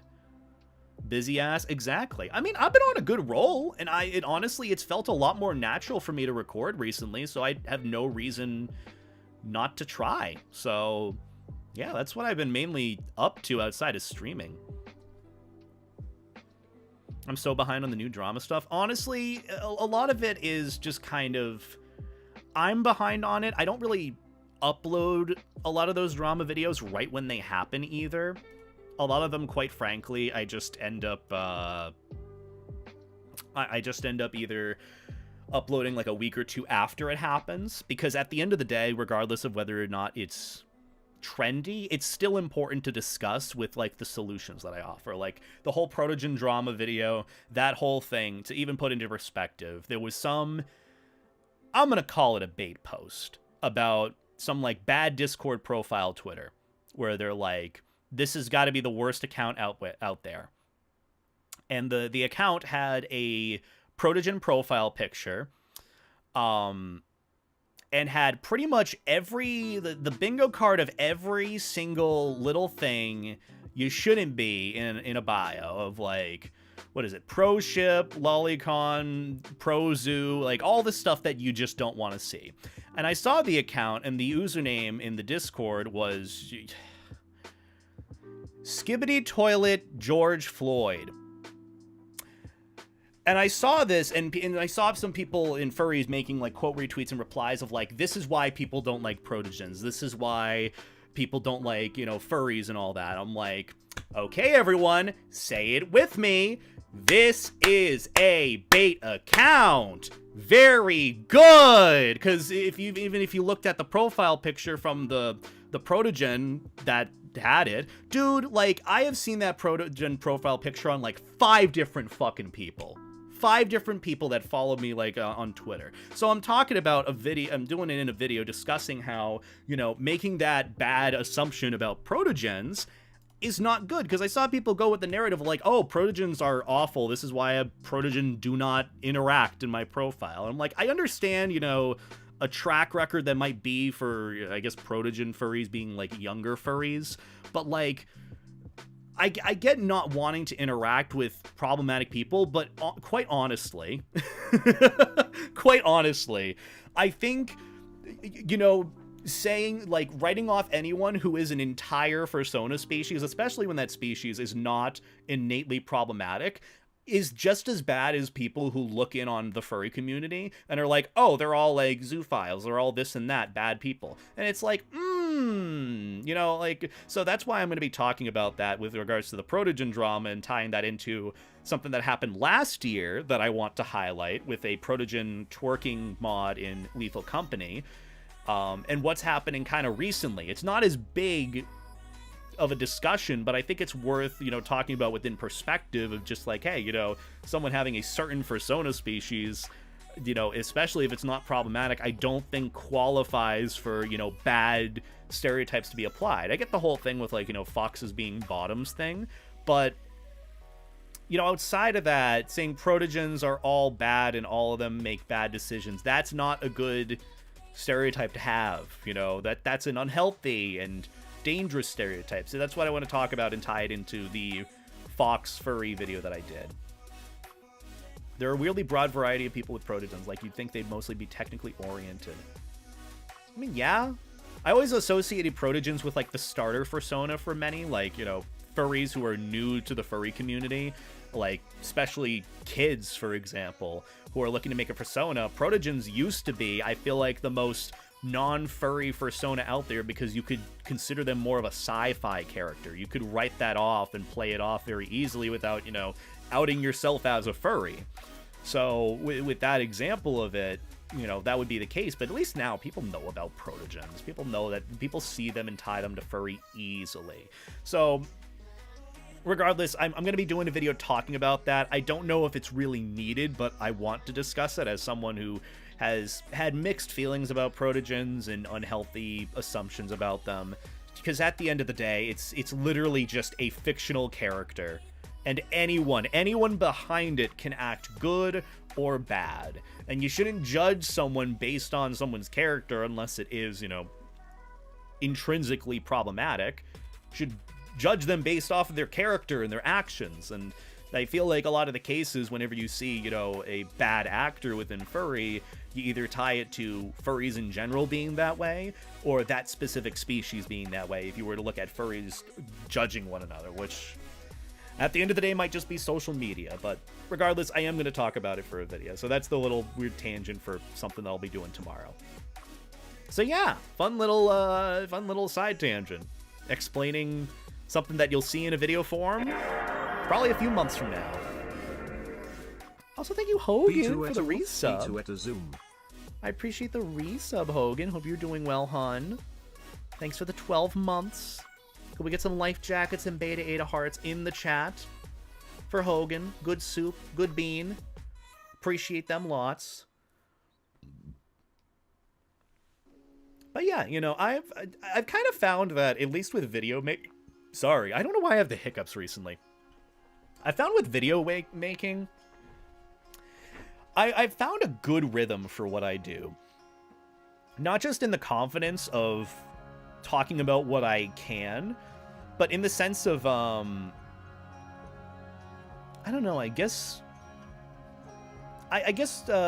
putting information out there and putting it in a manner that isn't destructive. I talk about things that, you know, I'm concerned about, but in a way where there is, you know, a solution to it. I know drama gets clicks, but at the end of the day, I don't talk about it if I'm uninterested in it. There's been plenty of drama in the past that I just haven't talked about because, quite frankly, I don't care. I think it's dumb, and, you know, there's nothing of value that I can add to it that I haven't already.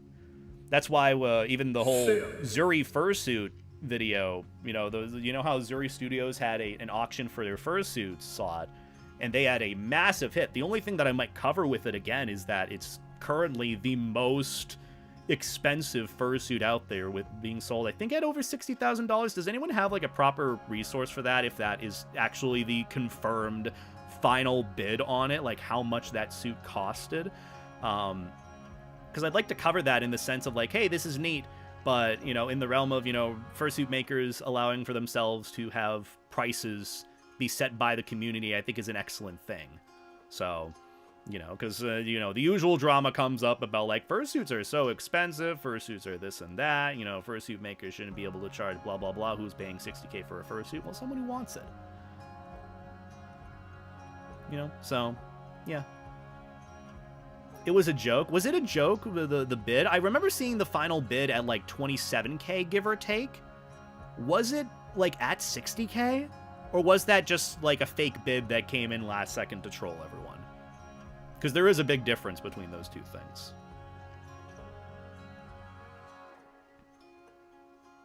Also, this race kind of sucks a little bit. It's just... Oh, because it's icy. That makes sense. It was fake bids, I think, or retracted. That's a shame. I remember seeing one earlier on, but some people took screenshots after about it, so that's why I'm curious. I might have to... I'll try and reach out to Zuri and ask if they could let me know what the final price is for the fursuit. You know, Beta, you could play shitty horror games. I could, but I don't know if there's a market for me to play them, you know? I'm also not feeling like, you know what, let's play some shitty horror games. If I were to be like, let's play a game right now, you know what? I'm gonna play some Deadlock. I'll play some Balatro. Which I'm not even feeling Balatro, because that game has been hella frustrating for me recently for some reason. Also, yay, Marky won. Hooray. I'll probably do, like, couple more tracks, couple more races, and then we'll wrap things up. I'm thinking within like 10 minutes or so we'll wrap things up, just because it is getting late. I want to hop on VR. I want to eat a little bit more food before I end up hopping into VR, so I'm not, you know, super hungry. So, yeah. Why is my model not tracking? Hello?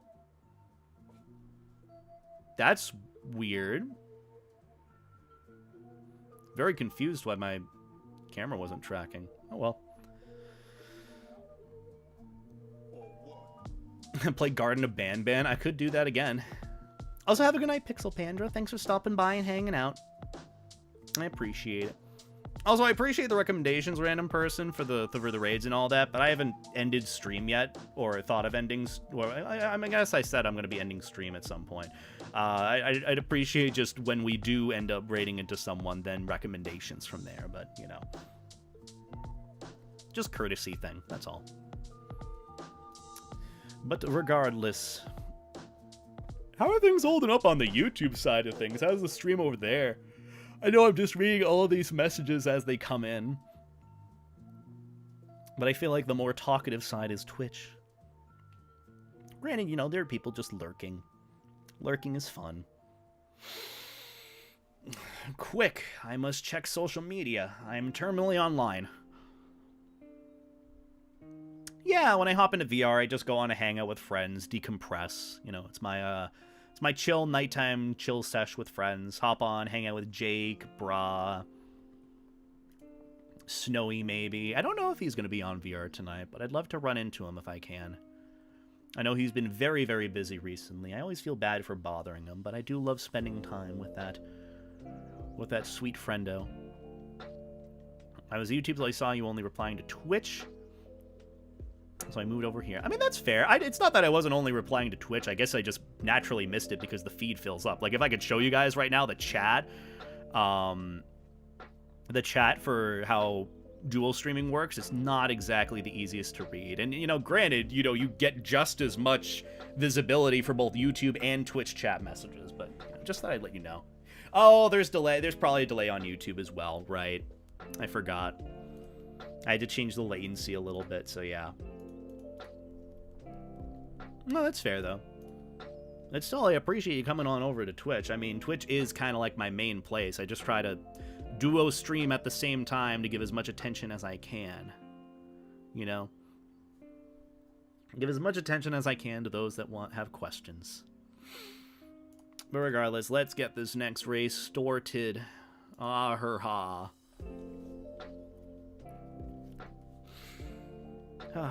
But this weekend should be fun. It'll be a nice little, it should be a nice little vacation from what I usually do.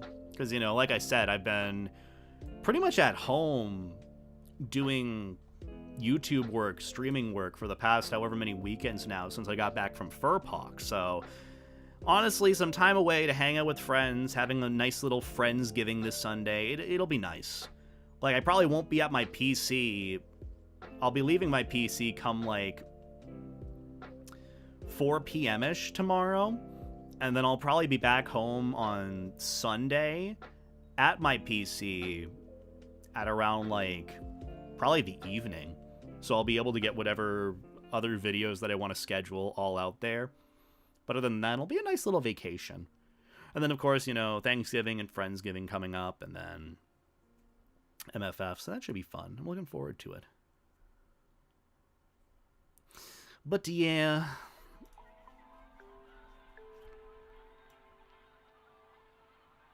I don't know what's with these races being so blue, the tracks.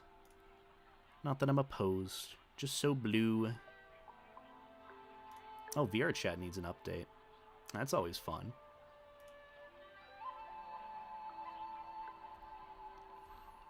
I need to buckle down and finish my fursuit over the next week. Well, best of luck to you. Best of luck to you with the fursuit. I know that's a lot of work. I know fursuit making is a lot of work. But yeah, I'll probably be hopping on VR at some point tonight. Don't know when. I want to get some tinks in, but I don't know how much spicy liquid I have either. Blue is calming. Blue is very calming. I wonder what a blue life jacket would look like right now. Hold on, let me fix that. Let me see. Does this look good? I mean, it doesn't really match with the rest of the colors of my character, but it's still calming. It's very vibrant, I think. I don't know. Would you rather have no beer for life or no bitches for life? I don't drink beer, so the easy answer is the latter. Can't find you in the ocean? I know, it's a real shame. Can't find me in the ocean. Well, what if I don't use this life jacket for the ocean, huh? Hmm? I don't know. Look, you know me. Just a random weird floaty dog. What about this one? Oh, this one's like an all golden one. Oh, that's kind of cutesy. This one's like... Oh, that's too red. This one's orange. Not bad. Black life jacket. Ooh. I'm forever lost in the ocean, I know. The whole point of it is, like, you know, to show visibility. So it's like beta. Imagine a life jacket beanbag. Oh, that'd be nice. I should add one of those giant beanbags to my throne. Granted, I ended up adding the whole... What was it? Human-sized dog bed on my throne. That one I would definitely prefer, because let me tell you, I fell asleep on that thing at Monty's place. 10 out of 10. It is so cozy. In fact, that's what I would probably end up doing with it. I'd just take it, I'd throw it on my bed in the back, and I'd sleep on top of that with my Kigu. Probably best night's sleep I'd have in a while.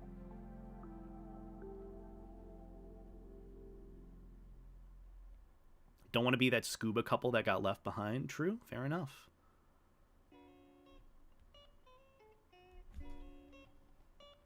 But either way, let's do you know what, we'll do one last race for the road. I know it's been the 10 minutes before I would wrap it up, so let's do one more, and then we'll go and either raid out to someone or end stream. I'm not exactly sure yet, but you know what?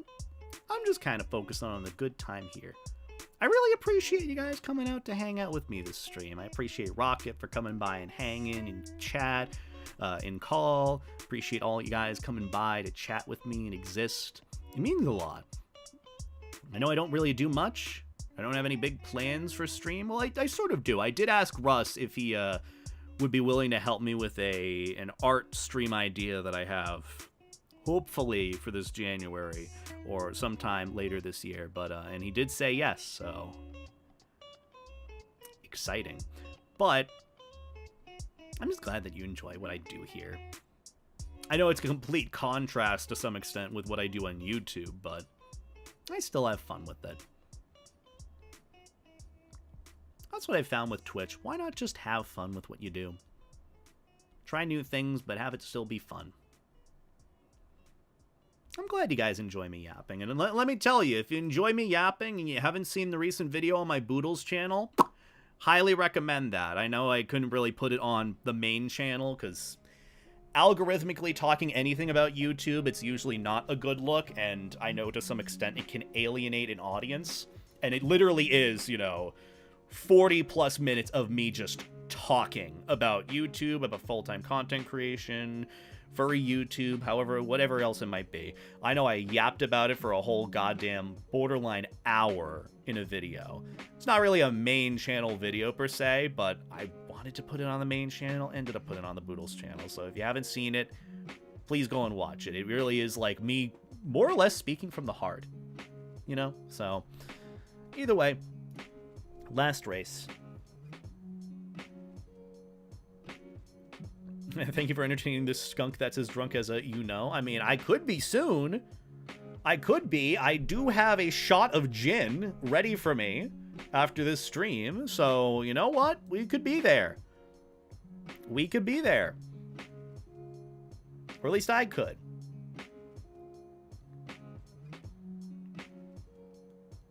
But yeah, you don't really get anything from these little races. It's just a fun little thing to do. Nope, I cannot be getting eepy. I had my coffee today.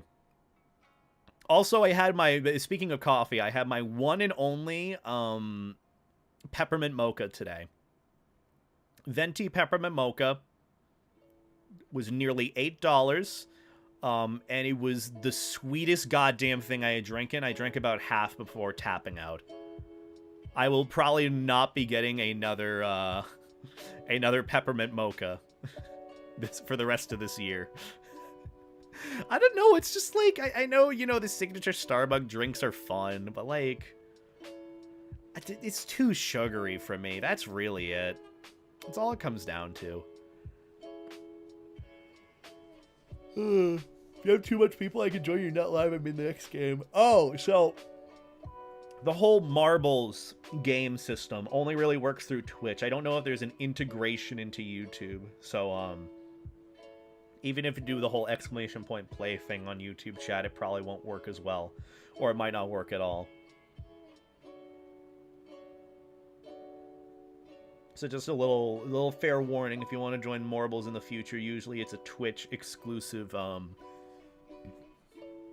not that I want to make it exclusive, I just have to look into potentially making it a YouTube one too. But, it's a Twitch integration thing.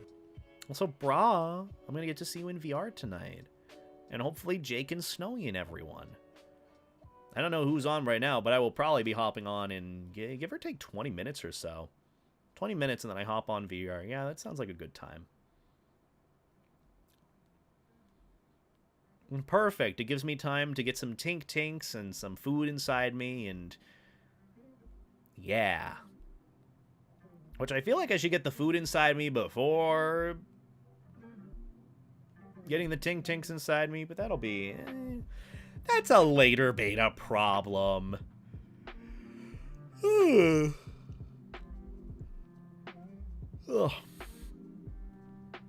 Probably get up and move around a little bit too. Maybe that'll help me get some blood flowing.